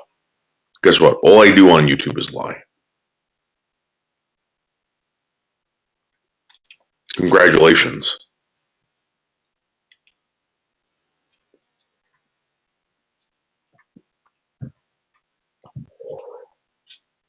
I mean, I lie about certain things, but there's certain things I tell you, and it's like, uh, you wouldn't believe me anyway, because you don't like what you're hearing.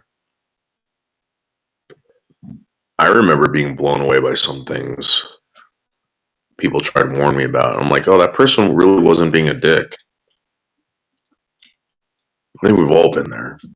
We've all heard shit like that. We've all heard, this person's doing this, and it's like, no, come on, that's so unbelievable.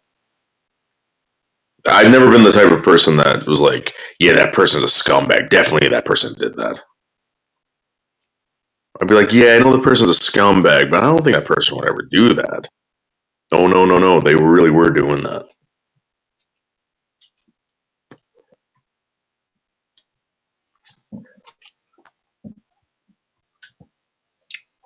Yeah, White Tupac. All right, White Tupac. Now, listen, You know, mate, Tupac, I went in and try to become friends with Rosie Ren again today, right?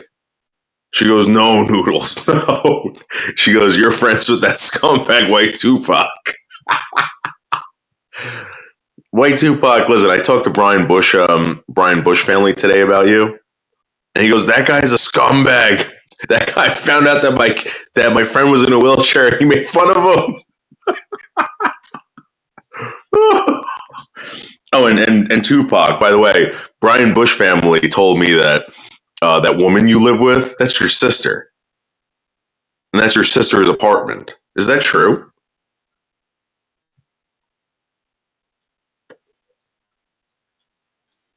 Yeah, I'm the one trolling her. Yeah. Tupac, I thought you said that was your girlfriend or your wife or something. That's your sister? I mean, I don't care, but that's funny. Dude, that's funny. Come on.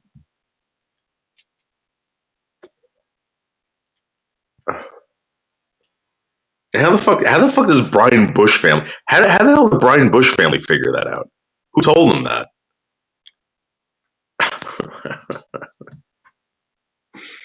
I told the guy that you were selling drugs to kids. He got so mad, dude. That guy's gonna kill you. Hopefully, it happens very soon. I gave Brian Bush family a list of people that were doing bad things to kids, and you were on that list. Tupac.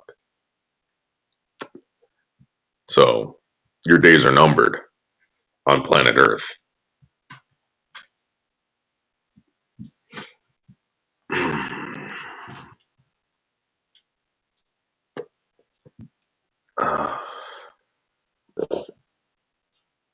There's a lot of psychos out there, Tupac. A lot of them. And I'm going to become friends with every single one of them. Every single one of them. I'm going to throw you under the bus. So hard. So hard. And I'm going to be the most infamous fucking troll on YouTube getting people murdered left and right. Left and right. For things that he actually did, by the way. And all I'm going to do is sit back and I'm going to be like, you know what? Crazy person. I'm going to be like, you know what this guy did to kids? You can look it up. You said, well, I don't see it. I'm like, what drug dealer do you know? What drug dealer do you know that fucking didn't sell drugs to kids? Seriously.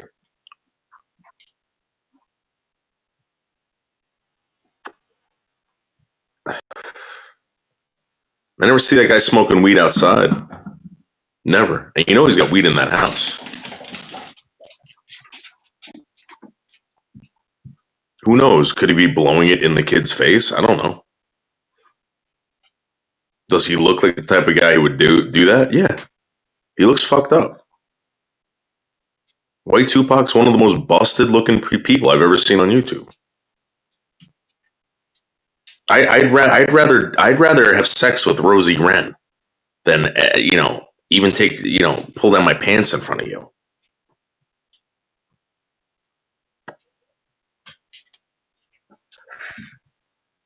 If someone told me, all right, you got to get an erection for White Tupac or Rosie Ren, it would be Rosie Ren.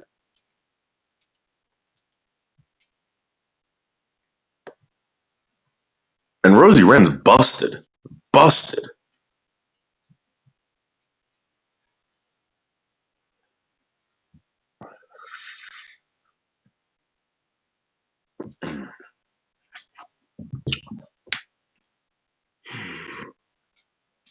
Who the fuck is Lindy?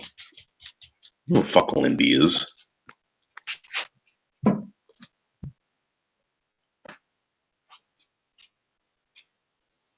Oh. People tell me about these YouTubers, and I'm like, oh, okay. Like, I don't want to sound rude, but like, guys, every single time you tell me about YouTubers, I'm thinking to myself, I'm like, all right, that means that you're a fucking complete loser that you know about these YouTubers. All right. Like, I find these diamonds in the rough, like Brian Bush family. Brian Bush family. I'm not following this woman, Lindy.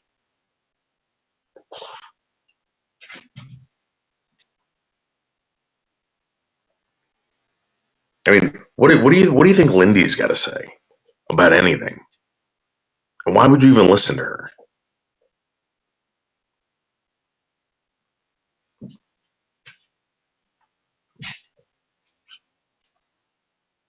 I'm talking about real life. And guys, listen, I have my pulse on the world because I'm from the Northeast, the Manhattan area, the hub of the world. So if you want to know what's going on, I'm going to tell you. I'm going to show you.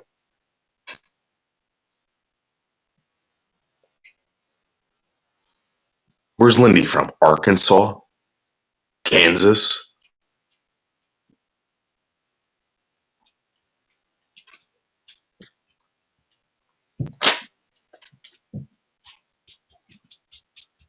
Canada? What a waste of time. What a waste of time and a waste of life. People save up their whole lives just to come out here. And you know what? I had this conversation with Cruiser, and he goes, same thing with California. People think they're going to move out to California, and it's going to be where everyone's trying to move out there. Everyone's trying to be a fucking movie star or whatever. No one's fucking saving up their pennies to move out to fucking Canada or fucking Arkansas.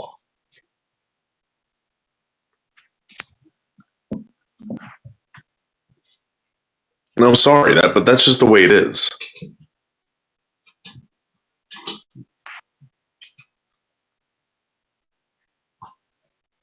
If you want to go where the action, it's either California or New York. I'm sorry, that's just the truth. Unless you know something that someone else doesn't, like Pigeon Forge, Gatlinburg, Tennessee, Knoxville. Like I do. I would like to move out there one day. That would be great for me. That's my lifestyle. I would love to get high and drive around on fucking monster trucks and shoot machine guns and fucking paraglide in the middle of the highway and fucking blow shit up. I'm not going to be doing that in Arkansas or fucking Canada. You're stuck in Canada. That's the only reason why you live there. Because you're stuck there. You were born there and you're stuck there. At least I'm stuck in like the fucking the hub of the fucking world. A fucking real metropolis. You know that city that fucking Superman flies around in? Well, guess what? It's really New York City. You know that King Kong fucking thing? The Climb the Empire? That's New York City. That isn't Canada. That isn't Montreal. That isn't fucking Quebec.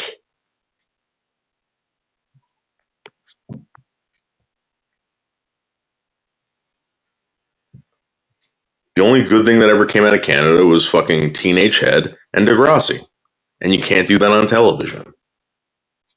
That's it. I remember when I was a kid, all I wanted to do was be on You Can't Do That on Television.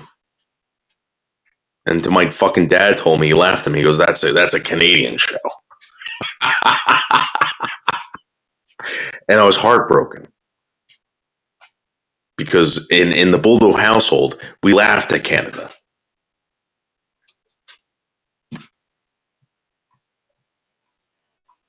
Canada was a complete joke.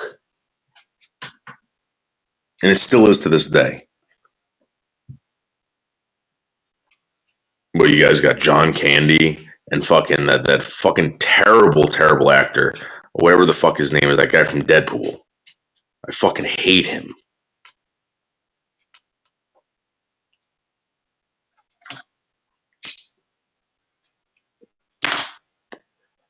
John Candy was a mediocre comedian and a mediocre actor.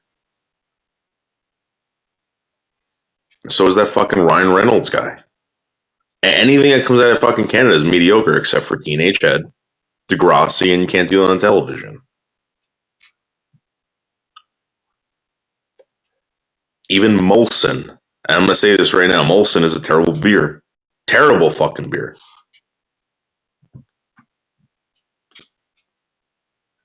No one's going to a bar and asking for a fucking Molson.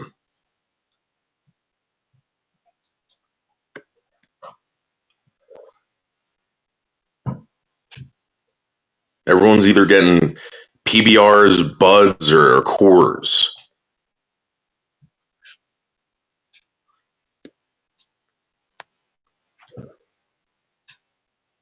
Hey, can we get a picture of Molson? Oh no, we don't have that here. Why? Oh, because no one really drinks that except White Tupac and his family.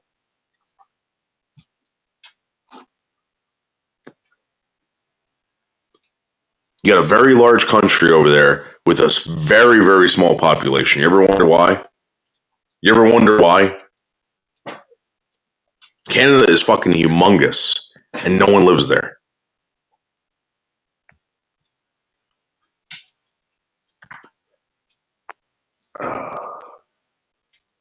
I'm going to be honest with you, Pete. The only thing that was funny about Kids in the Hall was the fact that, like, a couple of them were gay, and you knew it, and they would kind of allude to it, and that was it.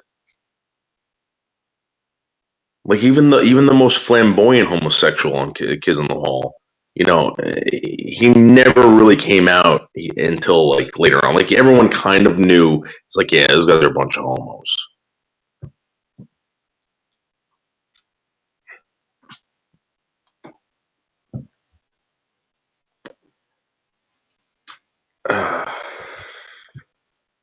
All right. Well, no one wants to go to a cleaner, safer version of New York City. Everyone wants to go where the action is. They want to go to New York City. I'm sorry that that's the case. That's the truth. People from all over the world want to come to New York City, or they want to go to California. I'm telling you. I met these Australians one time, right? For some strange reason, I was renting out rooms to Australians at one point. And these guys were always going to Vegas. Vegas this, Vegas that. But they were here for New York City. They came to New York City first. And then we're going out to Vegas. I'm sorry, but that's just, no one was going to fucking Toronto. No one was good. They weren't going to Toronto. They were flying to the other side of the fucking world to come to the United States to go to New York City and fucking Vegas. They never once mentioned Toronto.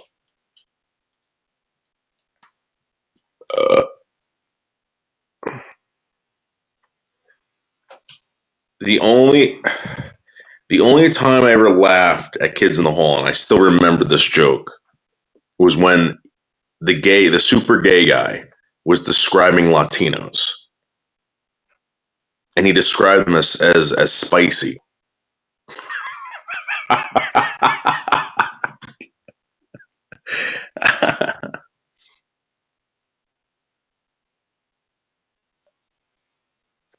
Have you ever watched the Kids in the Hall skit lately? Go Google a fucking Kids in the Hall skit and fucking tell me you laughed your ass off. That's not funny.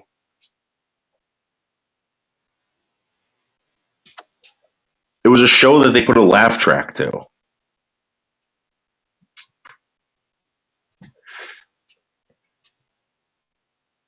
I could do that.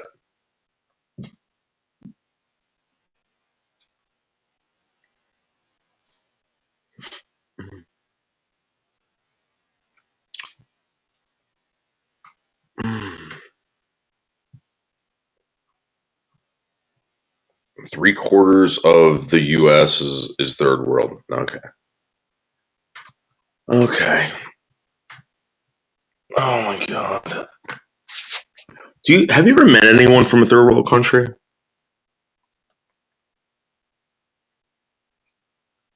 You know where they want to come? You know where they want to go? New York City. They never talk about Toronto. Never. They want to come to the United States. I never see I never see anyone in the third world country wearing a Toronto t-shirt.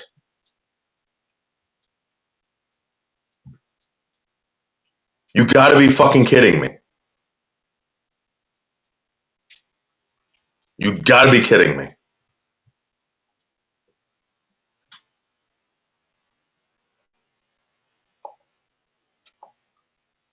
I guess this is what Canadians tell themselves to make them feel better about living in Canada. They come up with these stupid fucking facts. But the fact is, the United States, everyone wants to be American. Everybody.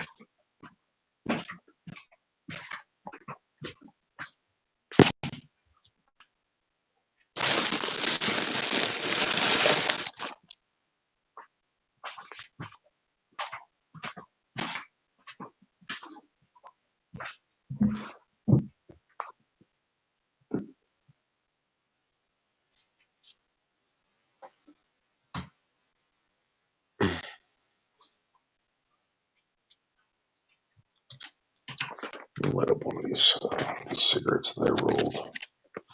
I wonder if my throat hurts because I'm rolling these cigarettes.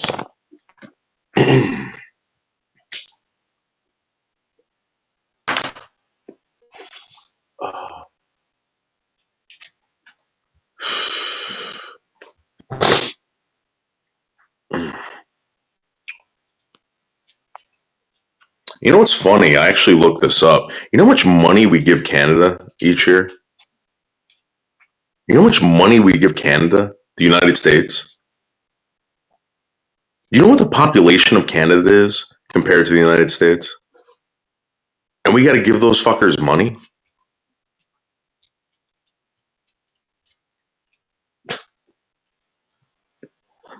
Canada would not be able to sustain itself without the United States. Canada has been living under the nuclear umbrella of the United States for I don't know how long.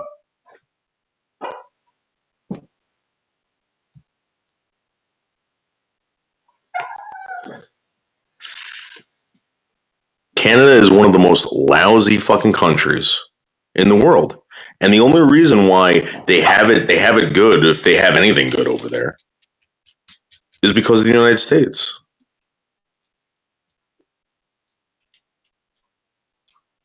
What do you think? What do you think? Canada was in the middle of Africa. You think Canada would be doing good? I'll tell you something right now. If the United States was in the middle of Canada, the United States would be doing great.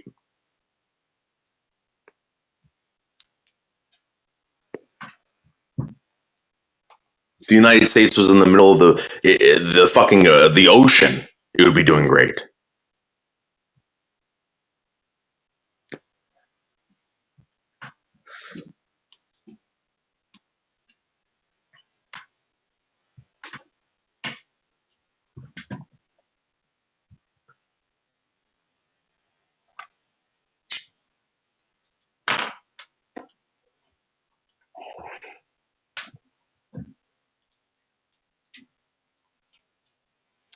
A lot of these countries, it's like oh yeah, but our country, it's like no, dude, your country, first of all, a lot of these countries are the size of our states. All right, like for instance, Germany, right? It's not even the size of Texas. Not even the size of fucking Texas.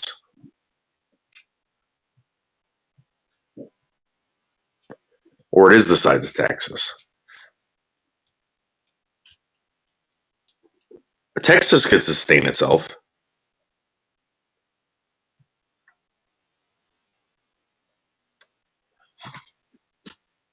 Jersey, New York could. I don't know about Arkansas or Kansas.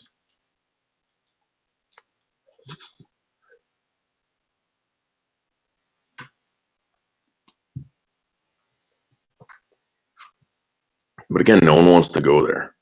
except Life with Linda. Life with Linda wanted to leave California to go to Missouri. Oh yeah, Missouri's beautiful. I just don't ever want to leave my fucking apartment.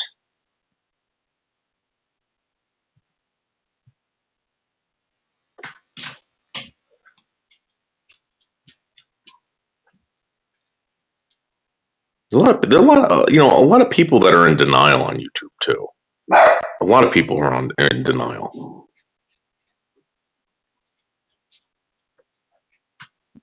Trying to tell me that they truly love where they are. You don't truly love where you are.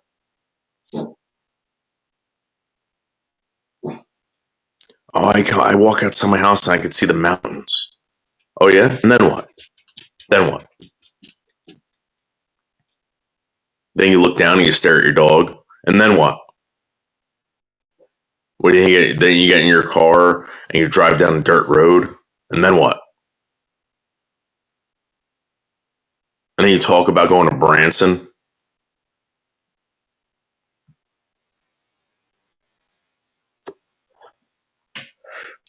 Complain about your fucking sister and brother-in-law.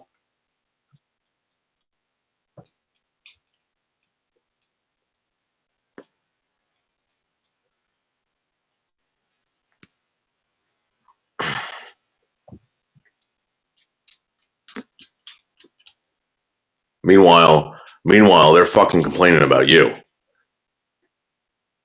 You're the real problem, not your sister, not your brother-in-law. It's you. You're ruining their life. You're disrupting their life. You're putting the brakes on their life.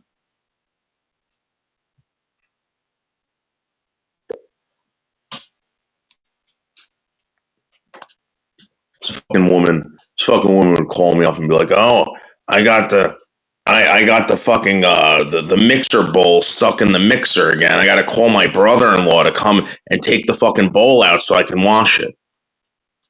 Once a week, this fucking bitch was bothering her brother-in-law. Can you come over and get the bowl out of the mixer? I made you cookies. No one wants your stupid cookies.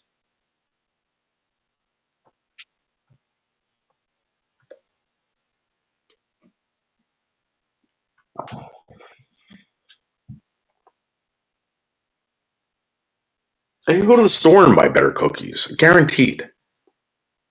You know what? I don't have to fucking the baker over there isn't calling me once a week to fucking to remove the fucking bowl from the mixer.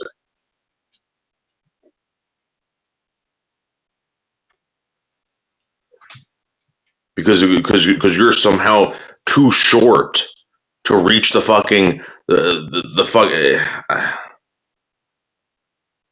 What a fucking nightmare! What a fucking nightmare!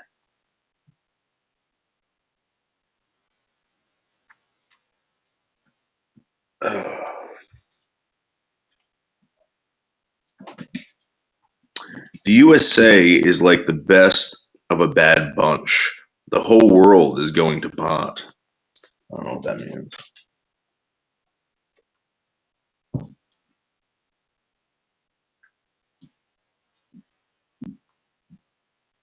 I mean, when hasn't it?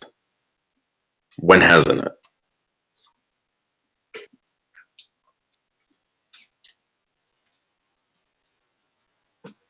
I remember the fall of the Soviet Union.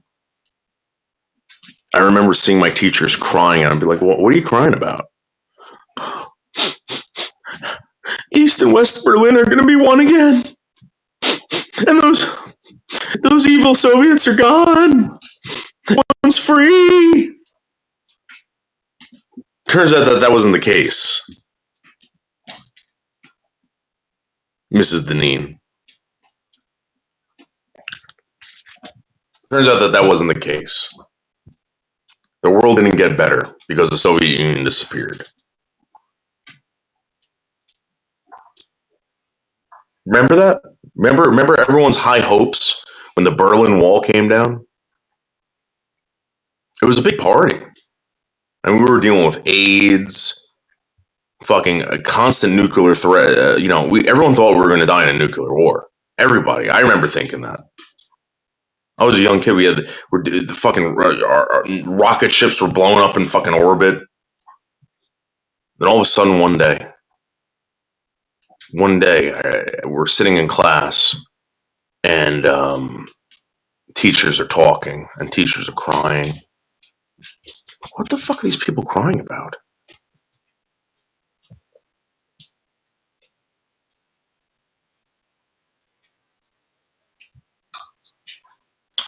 With all BLM and gender crap, people are wrecking the world worse than ever. Well, I think they're just doing it faster now. It's faster, louder. And before, you might not have known it, or you might not have heard of it, and now you're hearing about everything. And people like Alex Jones, who were basically, shunned and called a fucking complete, psychopath. It turns out everything this guy was saying was true. The water was turning the frogs gay. There was an article written on this recently, I'm sorry, where they talked about, listen, Alex Jones, for what everyone said about this guy, right? They pointed out everything that he talked about, and how everything that he talked about was coming true.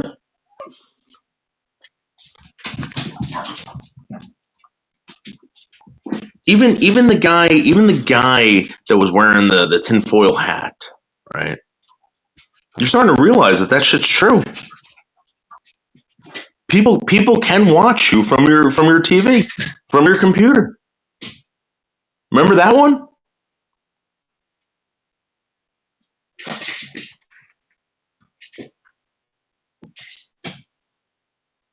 There's truth in everything. I mean, you might not know exactly what's going on, but the frogs are turning gay. And people are watching you through your fucking computer screen, through your TV, through your OnStar, through all the shit. And now for some strange reason, no one has a problem with it. Now everyone shuts up. They were laughing at it before. Now you find out that it's real. Now you're just, oh, well, yeah. It's not a big deal. Live with it. And to this day, I still don't understand how the government can go against a constitutional right, like the Second Amendment. They can inflict and enforce unconstitutional fucking laws, even though it's in the Constitution, will not be infringed, right? It says it right there. We have constitutional immigration laws, and they're saying fuck you to that too. I don't get it, and people are just like, oh yeah.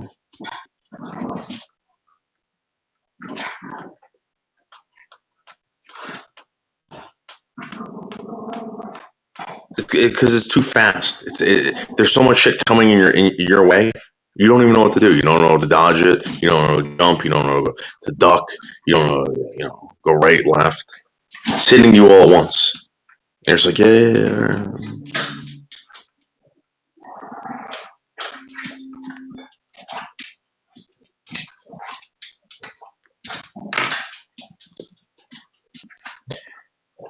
I've personally gave up all the kids.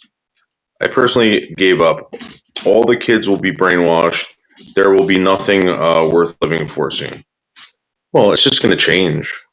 Everyone's always going to have something to live for. Like people are gonna believe that Christopher Columbus was evil while they're living in the United States, drinking their lattes and fucking going on their computers, and that had everything to do with Christopher Columbus. This guy that's supposedly evil. and you're going to be sitting around hating white people, right? But you're going to be living, you're going to be on your computer, on the internet, white man invention, all these white men inventions. White men are evil, though.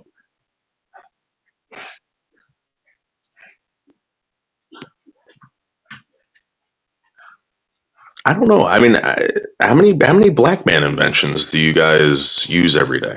Just out of curiosity.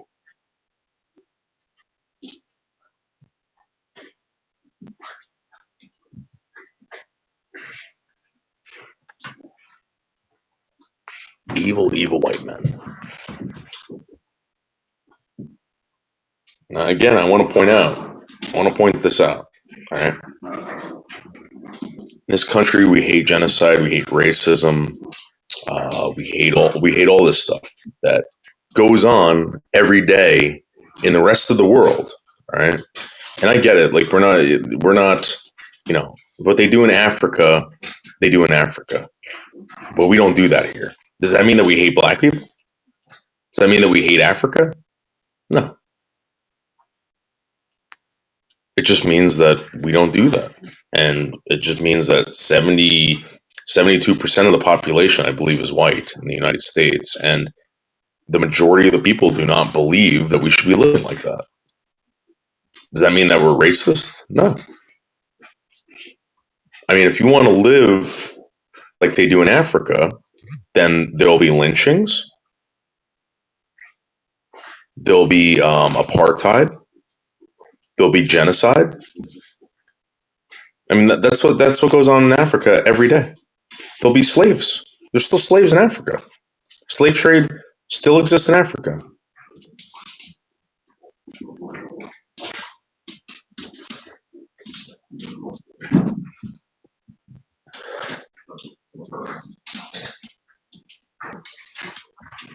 But the reason why it doesn't exist here is because the majority of the people don't want it, and the majority of the people happen to be white. So again, evil white people. Majority of Africa is black.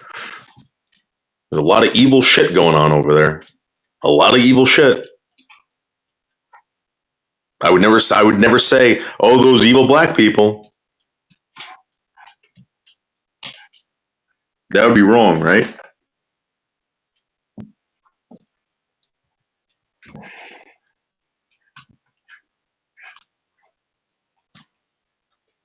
Because life would be better in a teepee, right?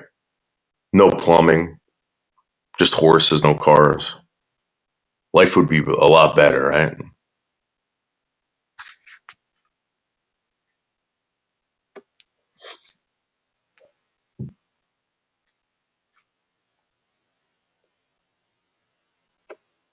Eventually, laws and things won't exist. The idiots will take over, and life won't be worth it.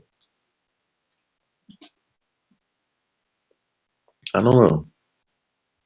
I don't know what's going to happen. I truly believe that they have to end.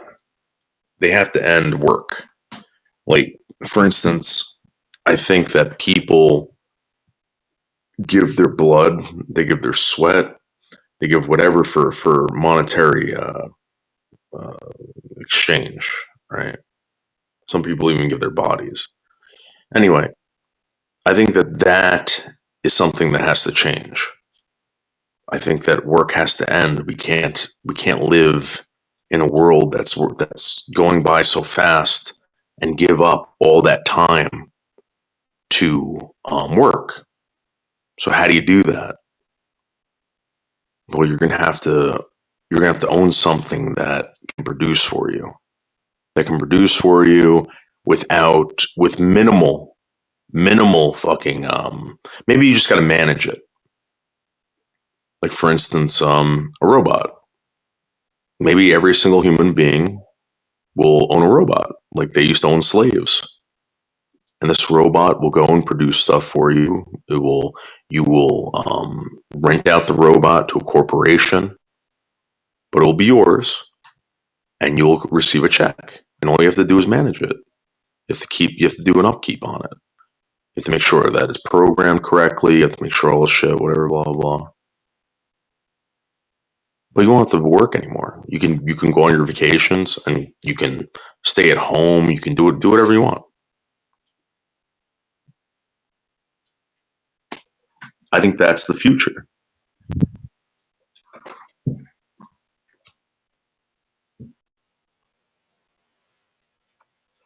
Oh, iconic. I know I am. I was just thinking about that today. I was actually thinking about Botter made fun of me one day because I worked. And I thought about it because I'm like, I think the guy truly believes this. And let me try to figure out what he's saying. And he's saying basically, dude, you don't have to work. You can do what I do. You could be on YouTube all day and you make money. You can do things that, you get paid for this. I just don't know how to do it. So therefore, every day on a schedule, every day I have to fucking, make sure that I'm super focused for this job. I have to, deal with people yelling at me. I have to deal with people stealing from me. I have to deal with, all this crap. Henderson doesn't have to deal with that. Bergs doesn't have to deal with that. They're not slaves. I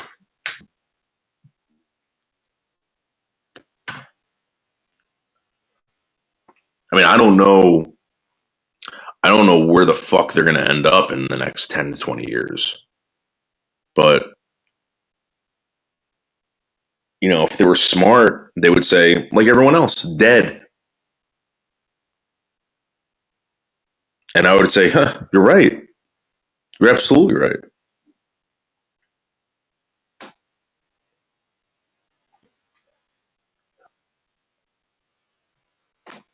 I think interracial mixing will cause genocide to the white race. So I had a discussion with someone about this because I really don't believe in racism because I believe that there's only one race, and that's the human race. I believe that people don't like other human beings. I believe that people segregate themselves. I've seen it. I live in the Northeast of this country. In my opinion, based on what I've seen all over the rest of the country, and I've only been basically from Maine all the way down to Florida, as far out. I'm sorry, on the East Coast at least, as far out as Tennessee. All right, and then I went to Oregon. All right, I didn't see segregation in any of those other states except for like New York, New Jersey, Massachusetts, of course. You want to talk about segregation? Massachusetts is like, you want to talk about cultish and clannish. Maine, forget about it. That's just, you're white up there. That's it. And these people choose to be segregated. This isn't forced segregation. This is segregation by choice. But, at the end of the day, there is no such thing as race. There's only one race. Or there is such thing as race, but there's only one race. It's the human race. And I don't know why people deny that. Oh, yeah, that's right. Because you have to believe that white people are evil. You have to believe in the evil white people.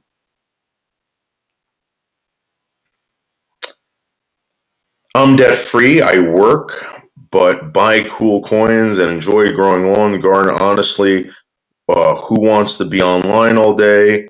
It's a big world out there. So,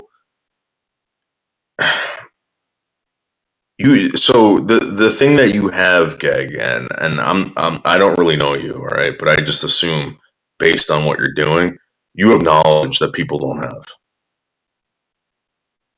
All right. And I don't know who taught you. I don't know if you're self-taught or whatever, but you obviously had an interest in something and you gained knowledge from it. and you became very good at it. When I mean you became very good at it, you've obviously provided for yourself and your family. Some people can't do that. Well, a lot of people can. Bergs can't do that. Bergs can't even provide for himself. Anderson can't do that. Abby can't do that. These are people that leech off other human beings. They're very good at that. And maybe they want to wait online. I don't know.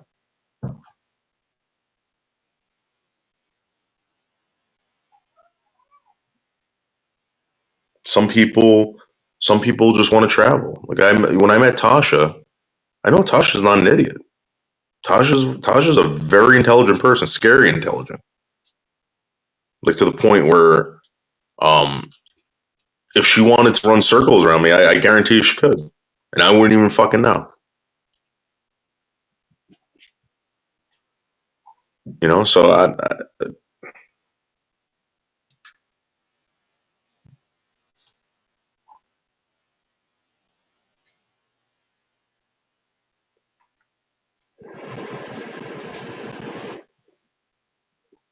but it's funny how, you know, people do talk about interracial as you know, good thing. Well, I don't know if you know this, but Hitler's plan for the world was to lighten it up. I don't know if you can read up on this. You can read up on his ideas and what he thought about you know, white people. He didn't think that white people were Aryans. The first Aryans, he thought that there was a tribe of Aryans that came out of Syria, right? And they traveled to Europe, and they interbred with everyone over there. What he thought, oh, well, we can start making these people whiter. We can even do this in Africa. We can turn these people into better human beings by intermingling them and turning them into whites. Sound familiar? It's just the opposite now. It's okay to do it the other way, but not that way. You know what I mean? It's kind of weird.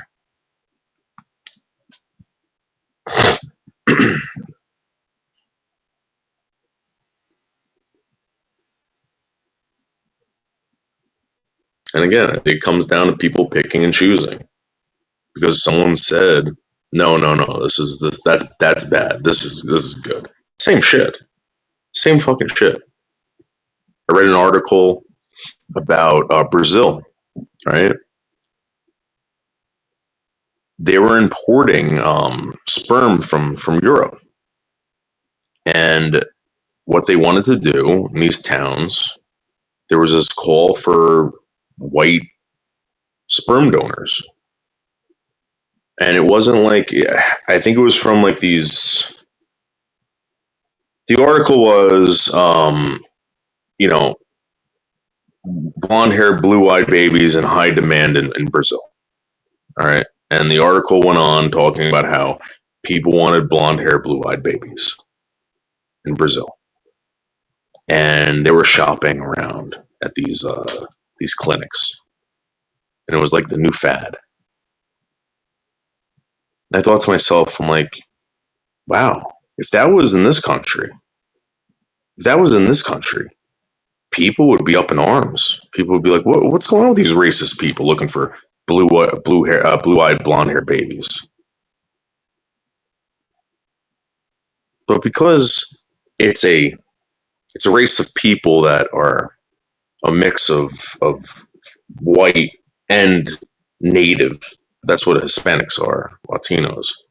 They're whites mixed with whatever fucking Indian was down there. You know, they want to be more white. But if you did that in this country, oh my God, can you imagine that? They must all voted for Trump. All voted for Trump. I live in this creation and try to be the best Mennonite I can. Definitely not a poster, but I spread seed of knowledge, food, and the message of what does that mean, Geg?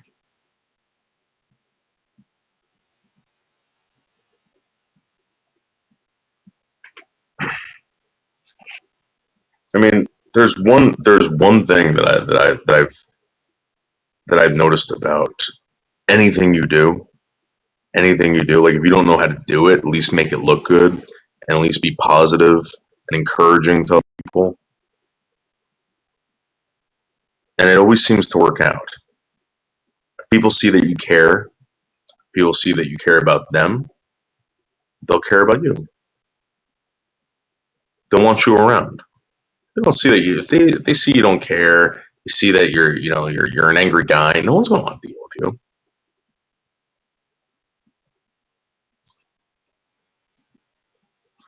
Yeah, that's true. That's true, Gag. You know why God loves us? In the Bible, it says that God is love.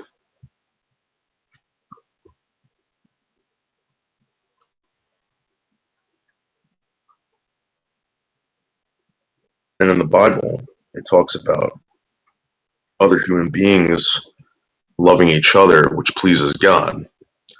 And you want to please God to the point where you want to make you don't want to make God not angry, but you don't want to be against God. So if God loves you, I gotta love you. And it doesn't matter what you look like, doesn't matter whatever. Listen, I don't have to fucking smell your shit. I don't have to smell your farts.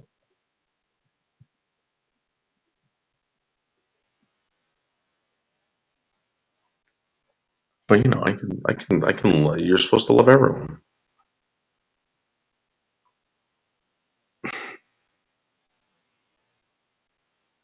I'm gonna be honest with you. I'm not attracted to everyone. There's certain people I'm attracted to.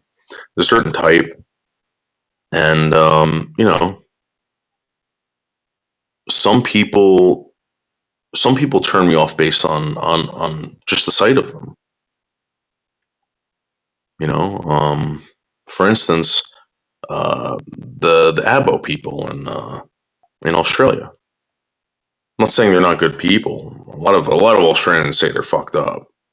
They're some nasty fucking people. I think that they're probably one of the most ugly looking people I've ever seen in my life. I've never seen an Abo model.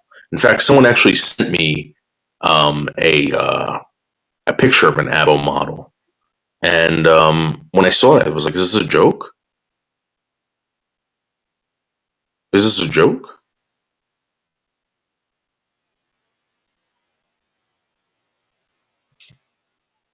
But that doesn't mean I don't love them.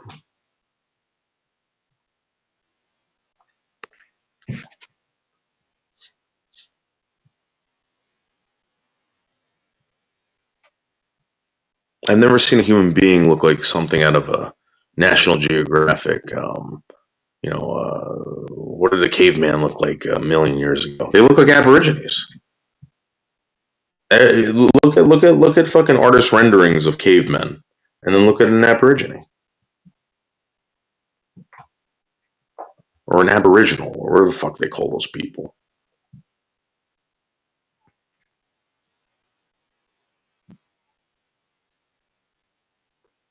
$144,000. Who are they? Well, I'll tell you this much: we know that the 144,000, the apostles were of the 144,000 because Jesus made a covenant with them. He made a deal with them. Do we know who the other 100 and fucking 30 something? No, we don't know. And just so you know, those are the people that are going to be serving in the kingdom of heaven, in the government of God, not on planet Earth, not on earth as it is in heaven. but in God's government.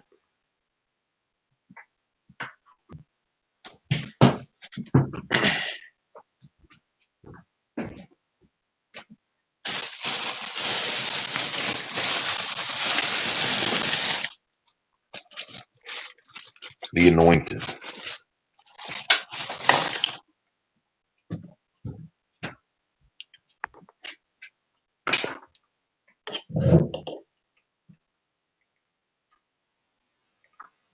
I'm gonna be honest with you. I wouldn't want that job. I'd rather be on earth. On earth as it is in heaven.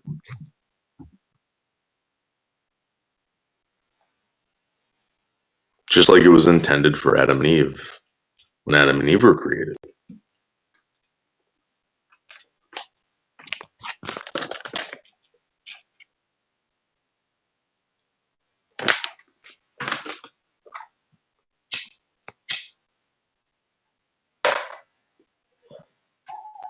God's like, listen, man, dude, all you gotta do, just plant some trees, name all the animals.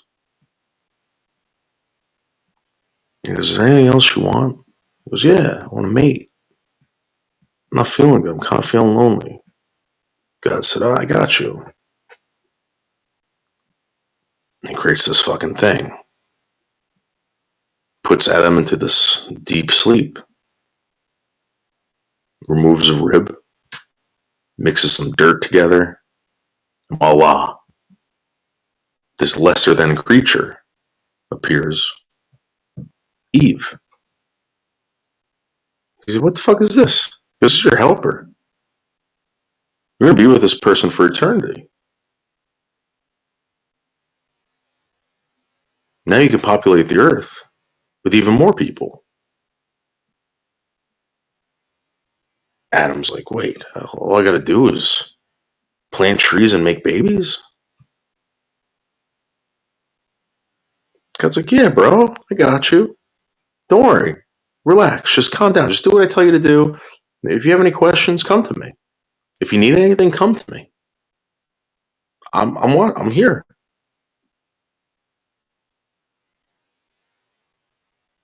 Just do me a favor. One thing.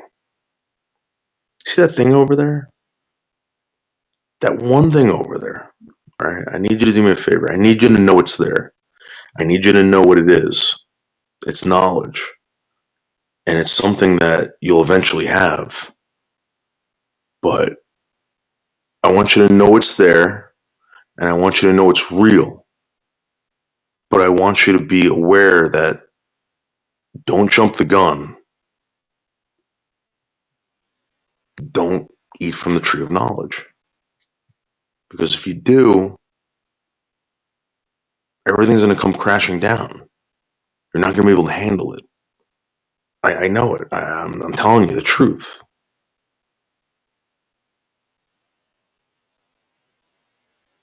And Satan sees this. And he just gets all mad. He goes, these fucking idiots, these fucking stupid people, right, that you created. You created us in perfection. You created us with knowledge. We knew all this. These people don't love you. They're stupid.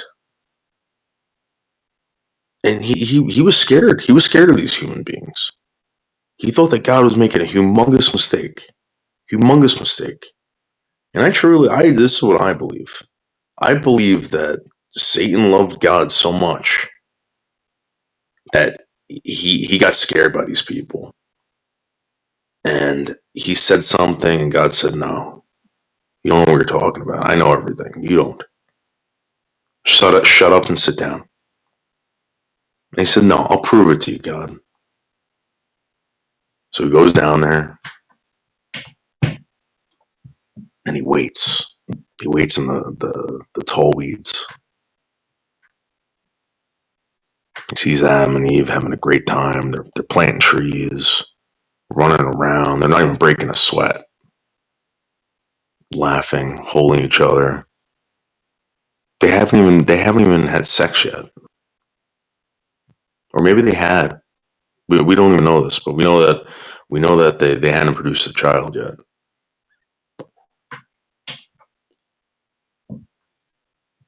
So Snake waits. He sees Adam walk away from Eve. Not too far, but just far enough. And he goes, I'm going to get this one. This one's the weakest one. This one's the weakest one. And Satan's smart. Satan knows I played these fucking people. He's not an idiot. Satan was a god. He wasn't the God, but he was a God. Just like Jesus Christ.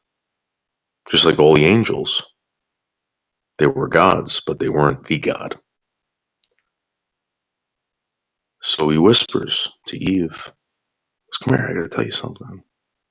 She goes, oh, hey, Mr. Serpent. How you doing? You know, my husband named you. And he's like, yeah, shut up. He's like, come here. I gotta show you something. He goes, see that fucking tree over there? She goes, yeah, God told us about that tree. Yeah, well, God didn't tell you everything. She's like, what? She's like, no, Mr. Serpent. God tells us everything. Oh, yeah? Then why doesn't he want you to eat from that tree? If he's telling you everything, then how come he won't let you fucking eat from that tree? Did he tell you that it was going to hurt you? She goes, yeah, well, God said don't do it. God said that it's, you know, we're gonna die if we eat from that tree. We're gonna, you know, where? He goes, no. He goes, God's lying to you. No, the whole reason why Satan's doing this, the whole reason why Satan's doing this is to prove to God that these people are fucking assholes, that they don't love him, that they're garbage, that they're gonna fuck up.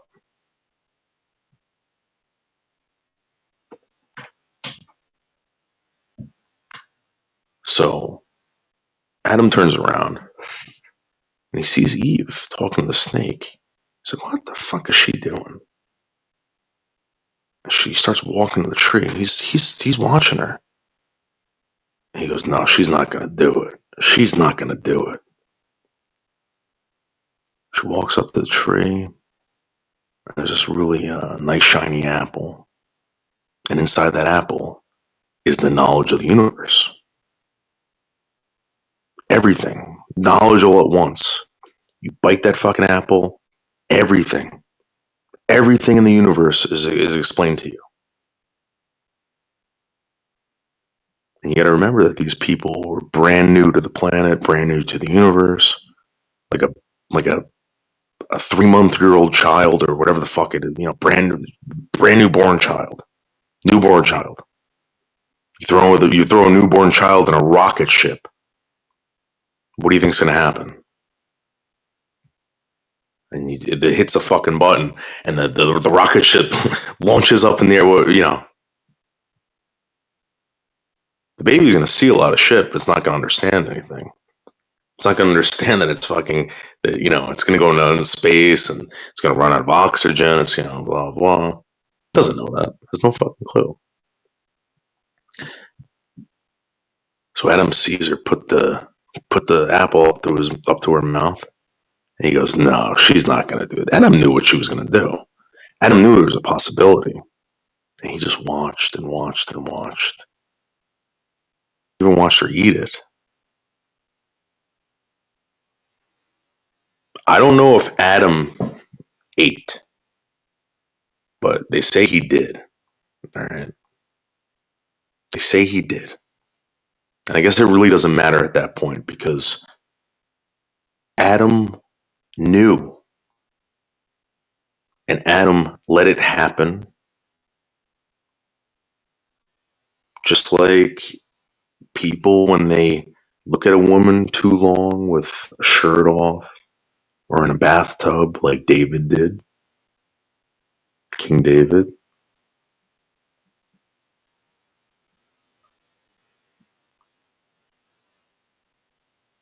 And all of a sudden, God's like, what did you do?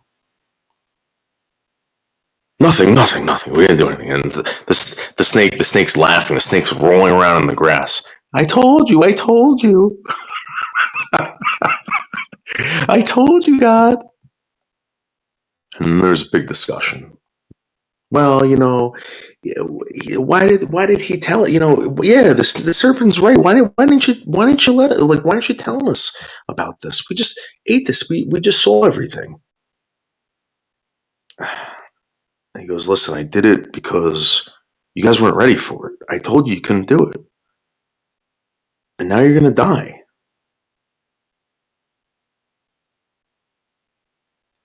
Now God could have snapped his fingers, and everything could have went back to normal.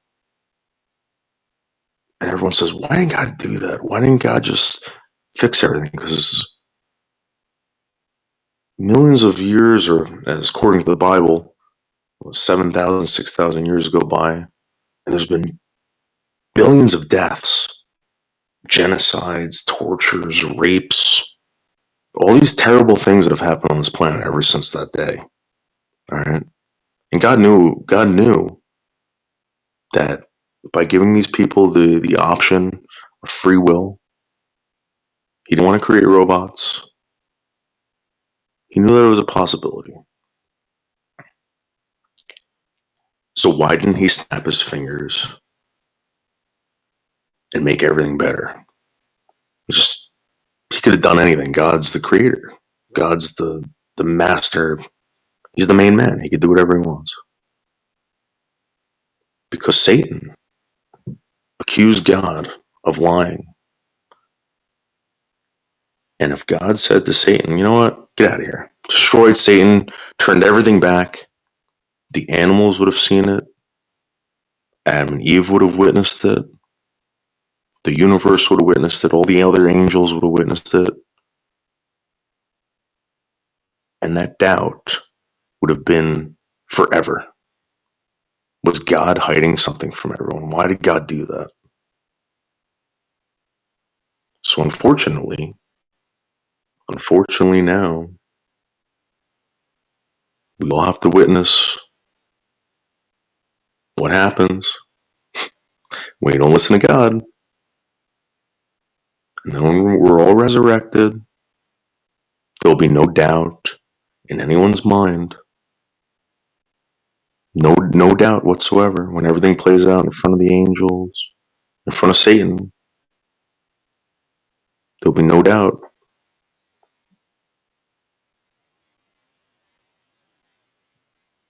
And we can go on continuing to plant trees, make babies, and everyone will be satisfied with the answer. Everybody. All you people that have lost children, all you people that have been raped, molested, all you people that have lost limbs, been disfigured, disabled, mentally and physically, addicted to drugs, there'll be no doubt in your mind. God will never have to explain it again. And that story will be documented by billions and billions of people living in perfection. And when they have new children, that story will go on. And they won't even be able to understand. They'll have no idea what it was like to live on a planet Earth like we live on today. And all these planets that you see out there, all these planets that you see, you'll understand why they're there.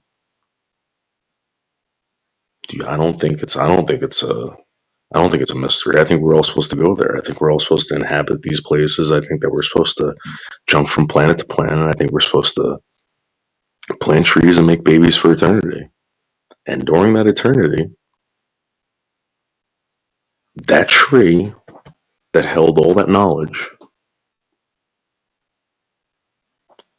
will be feeding the universe. You'll be all that knowledge that's in that tree will be explained to you. in the course of eternity.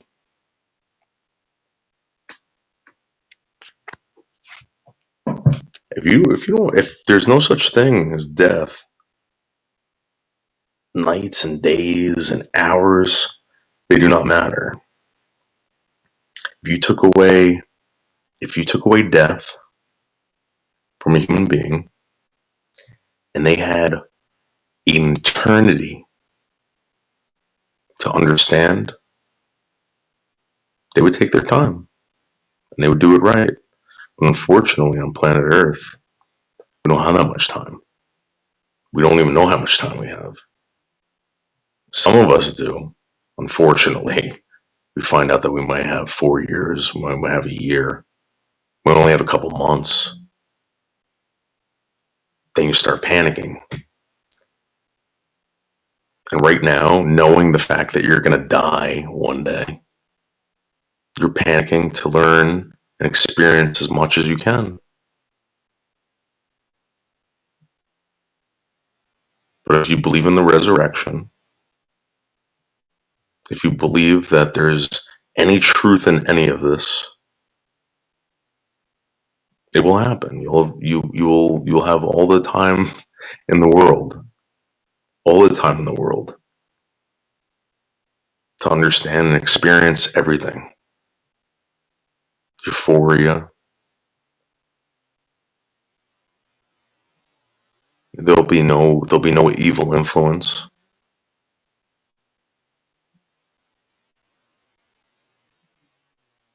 You won't need to worry about gas or where you're gonna go or how you're gonna get there or how it won't matter. You can make a promise to someone and it won't matter what day it happens. Eventually it will, because you have all the time in the world, the universe.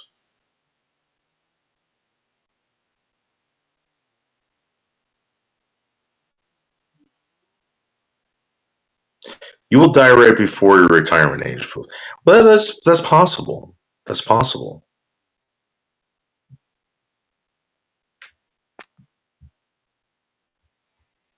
It's definitely possible. But do I want to be resurrected? Yeah, I want to be resurrected. Just like a star wants to burn, doesn't have to. It wants to. If things are right, there'll be combustion. Does combustion want to happen? Yeah. Oh, yeah.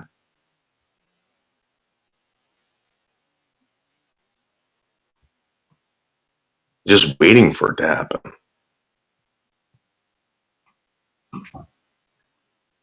It's waiting for the right mixture of oxygen, friction, whatever. It's there, it's waiting. It's ready to go. As soon as those things mix, ba-boom. Doesn't mean that it never existed. It means it's just waiting for it to happen because it wants to happen.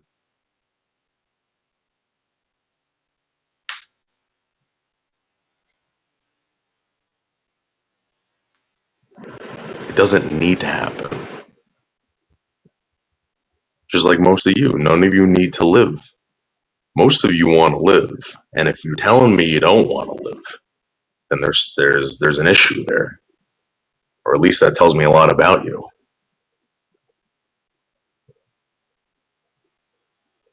I don't want to be with someone who needs to be with me. I want someone who wants to be with me.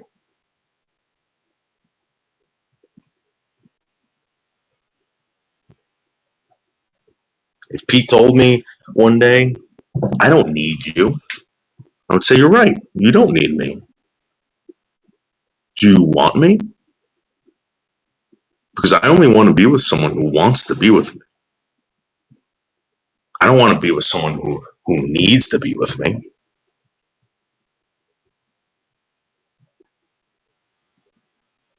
You need my money. You need this. You need that. Because Listen, we might not have it. And then what?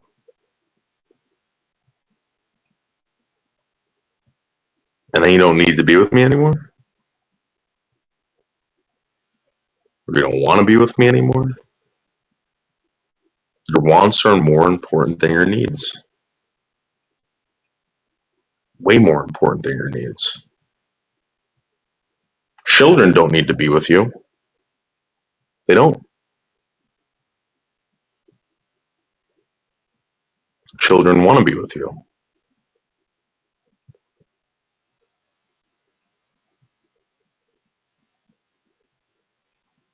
You don't need to love, you want to love. Nobody needs anything. Because no one needs to live. You can die tomorrow. The world will still fucking go on. Nothing is gonna change. Guess what? I don't want you to die. I want you to be here with me.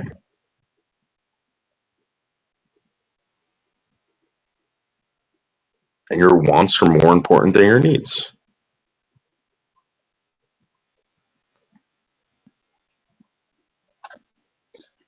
David, you want me? You know, in the Bible, it talks about being slave to God for eternity, right? And I never understood why anyone would not want to be with God. Like I always thought like, yeah, it's kind of bullshit because if God came here today and showed himself to you, who's going to deny God? I don't think anyone's going to deny God, but if God came to you, showed himself to you, and said, hey, just so you know, you're going to be my slave for eternity. So what does that mean? Well, I'm going to lead you. You're going to be my fingers throughout the universe. Oh, so I got to do whatever you tell me for eternity? I can see some people being like, nah, I don't want that. The other option is, okay, well, that's the only thing that's going to exist. Or my slaves and nothing else. Well, what's going to happen to me? Oh, it would be like it would be like before you were born. Nothing. That don't seem that bad.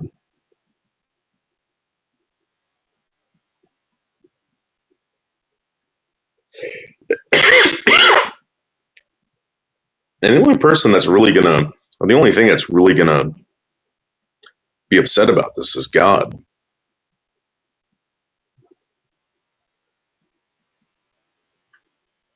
Maybe you'd be abandoning your family. I don't really know, but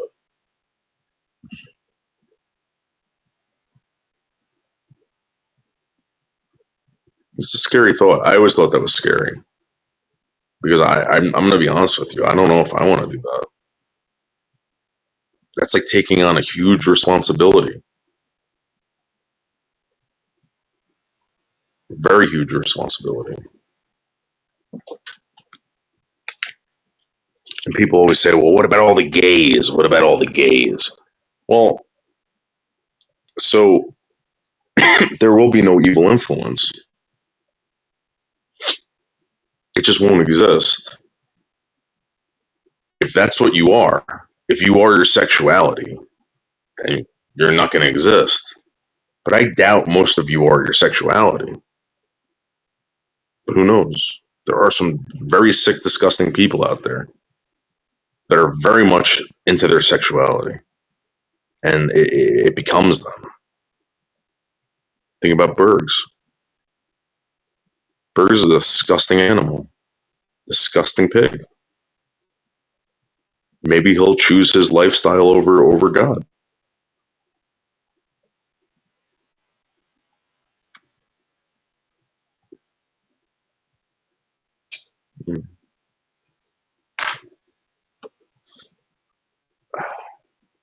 Well, iconic. I'm gonna be honest with you. I used to think that too.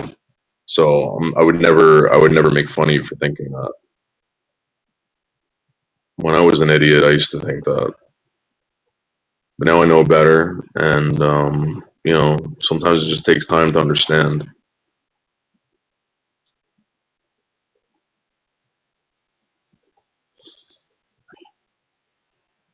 You'll eventually get there.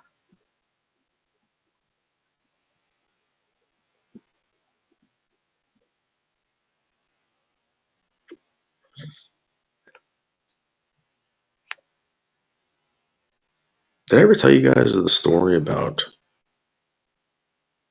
Joseph and Mary? How Joseph went through a fucking living hell with Mary? You gotta remember that Joseph wasn't always in on the whole immaculate conception bullshit, right? And just so you guys know, let's not pretend that immaculate conception does not exist. It's performed every day on this planet. Every day. All right. I have a coworker who's going through that right now, where they're taking sperm and an egg and injecting it into his wife without ever having sex. So to say, before you guys start saying this is ridiculous, it's not. It's 2021, and it's a very, very common practice. Very common practice.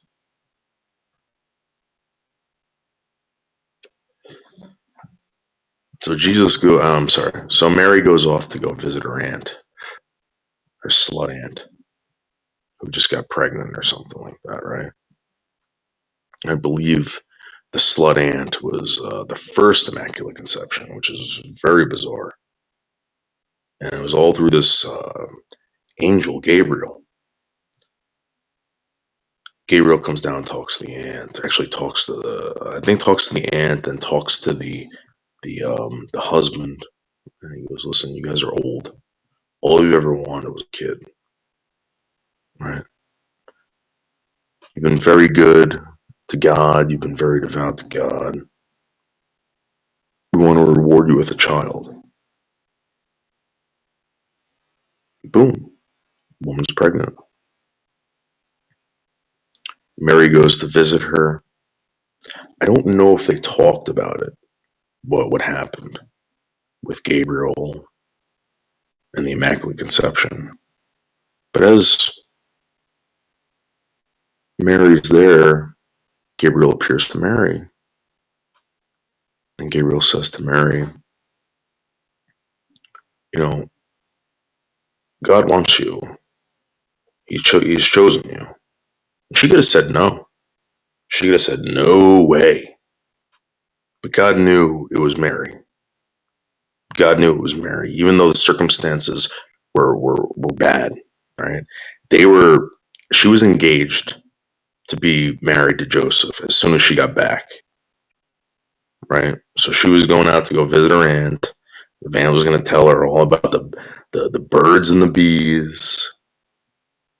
You know what I mean? Because that's what they did back in the day. There's actually a famous song, some Italian song about bacala. And the bacala is the fish. And the song's about, hey, you know what? Just to let you know, sometimes it's really big. And this is how you have to deal with it.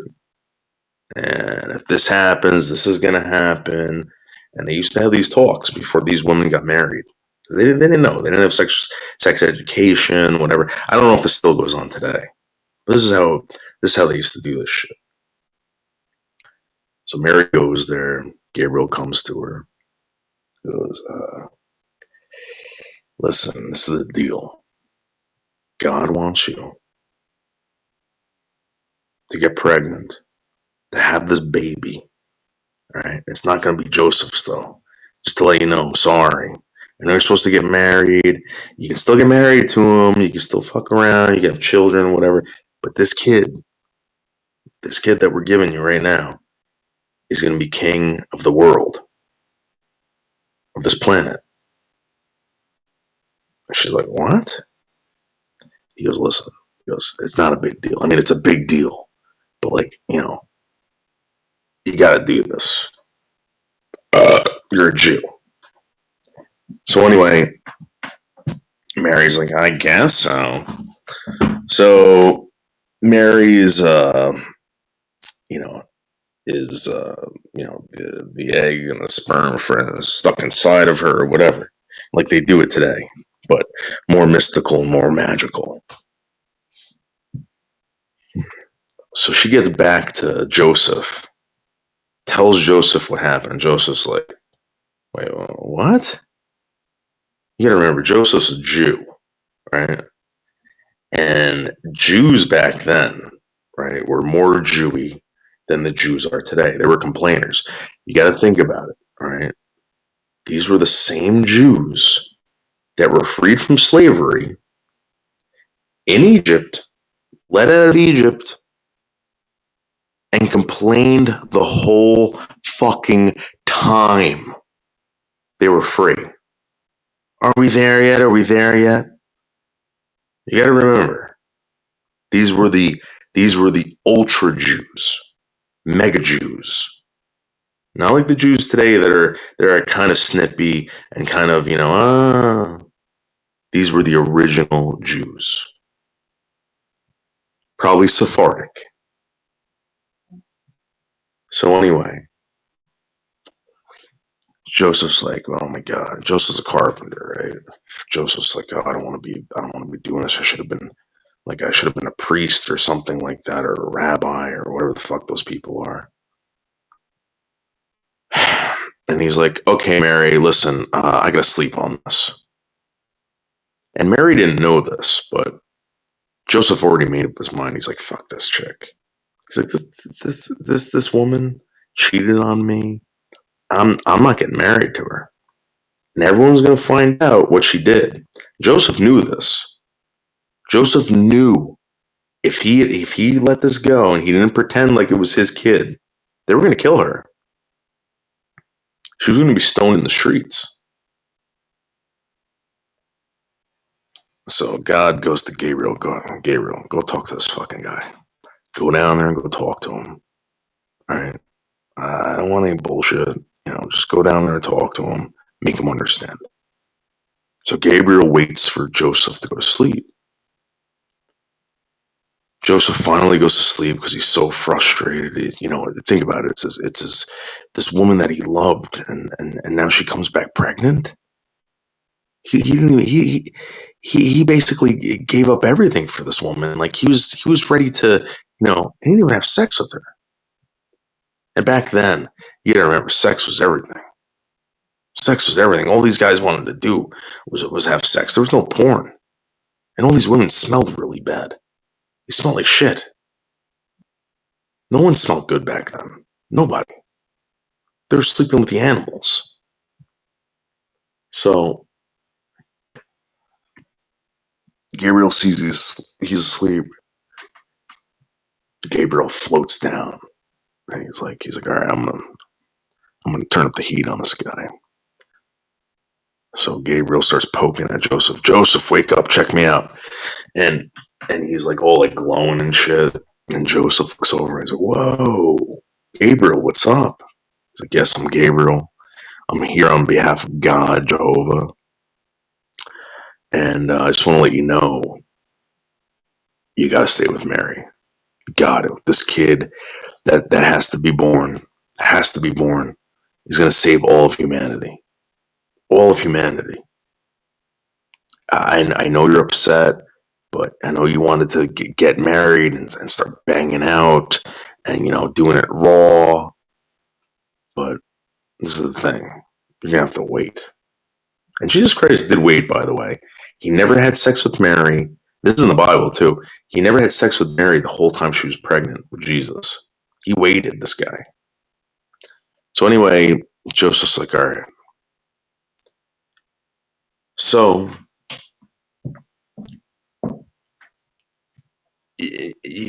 just thinking about this whole situation kind of freaks me out because I don't know if I could do it. All right. Joseph again. You remember he's a carpenter, and the guy is just, he's just miserable now. Like, he's frustrated, and then he gets this letter from the Romans. He's like, Caesar wants you to go back to fucking Jerusalem because he's doing a head count over there. And Joseph's like, what? It's like, listen, if you don't go back there, they're gonna kill you. Like, that's the penalty. You go there, you die.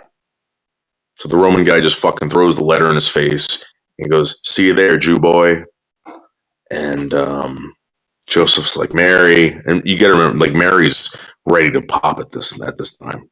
Joseph's fully married. He just wants to get laid. He can't even get laid. I don't even think blowjobs were a thing back then.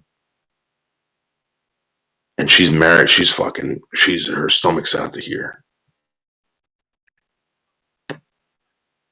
So they load everything up on the fucking on the wagon with the donkey, and they head to Jerusalem or Bethlehem or wherever the hell they were going. So anyway, they get there, and you got to remember that this was like everyone showed up at once because no one wanted to get killed. No one was going to mess with the Italian stallion Caesar. Nobody. Joseph's like, oh my God, I didn't realize there was going to be this many people here. We have nowhere to stay. So they're looking around. They can't find a place. And there's this guy. He's got this manger. And he goes, sir, listen, can we just rent out the manger for the night? He goes, sure. He goes, $9.95, whatever. So, Joseph's miserable. Mary's miserable.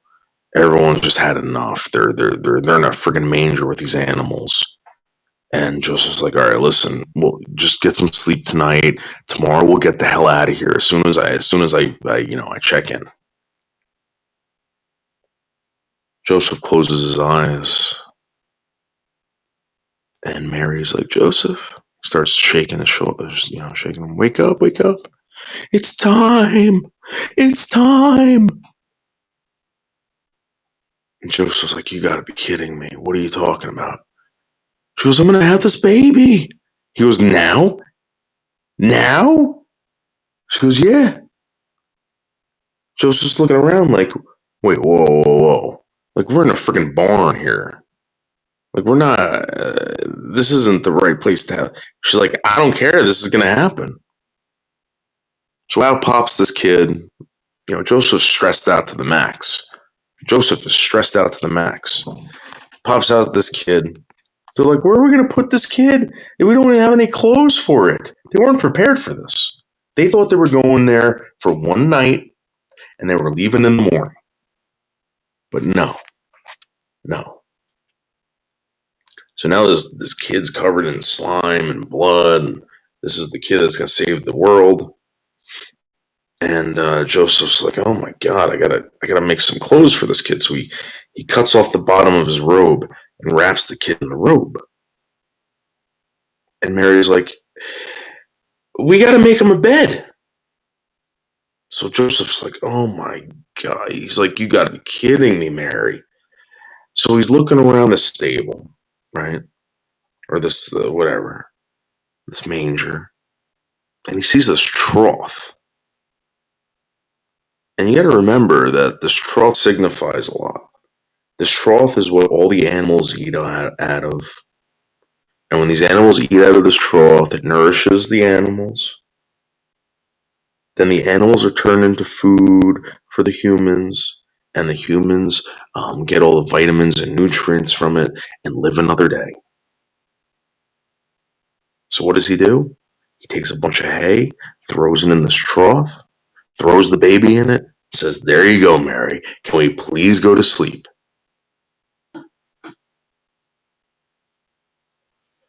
Go to sleep. He goes, sees the Romans the next day. He goes, yeah, my name's Joseph, whatever, blah, blah, blah. They say, all right, Giuseppe, see you later. Thanks for coming. You're no longer going to be killed by Caesar. They go back to the town. End of story. Can you imagine being Joseph back in the day, dealing with that? Seriously. All the guy wanted to do was basically have sex with his new wife. I mean, think about it. That's what I would want to do. And he had to wait 9 months. 9 months. And again, like I said, I don't think blowjobs were a thing back then. I can't imagine Mary was sucking dick. You know, this guy must have been frustrated to the max. To the max.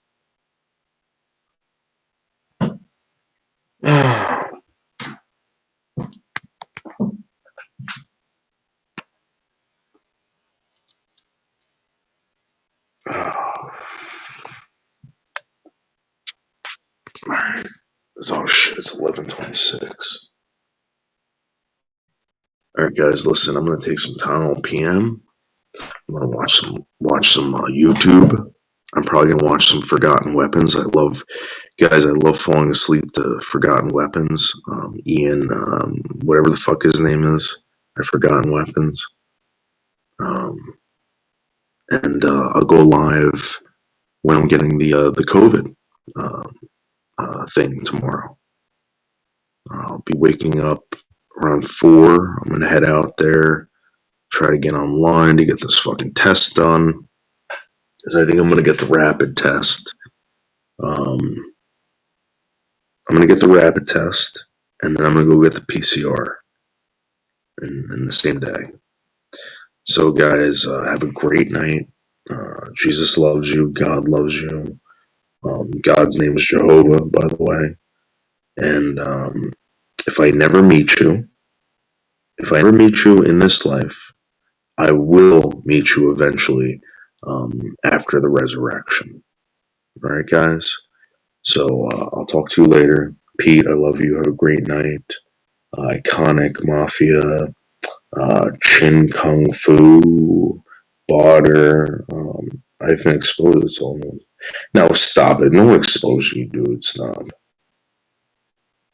I've never done that to you, Barter. I would never do that to you. No, that's not true, Barter. Never, ever, ever. You know what, Barter? Ask Pete. Pete's been asking me all week. I'm not telling her. Never, ever, ever. And you want to know why? Because nothing good is going to come out of it. Nothing, Barter. Someone is going to kill you. Nothing good is going to come out of that. And the other reason is because I love you, and I would never want to see anything bad happen to you.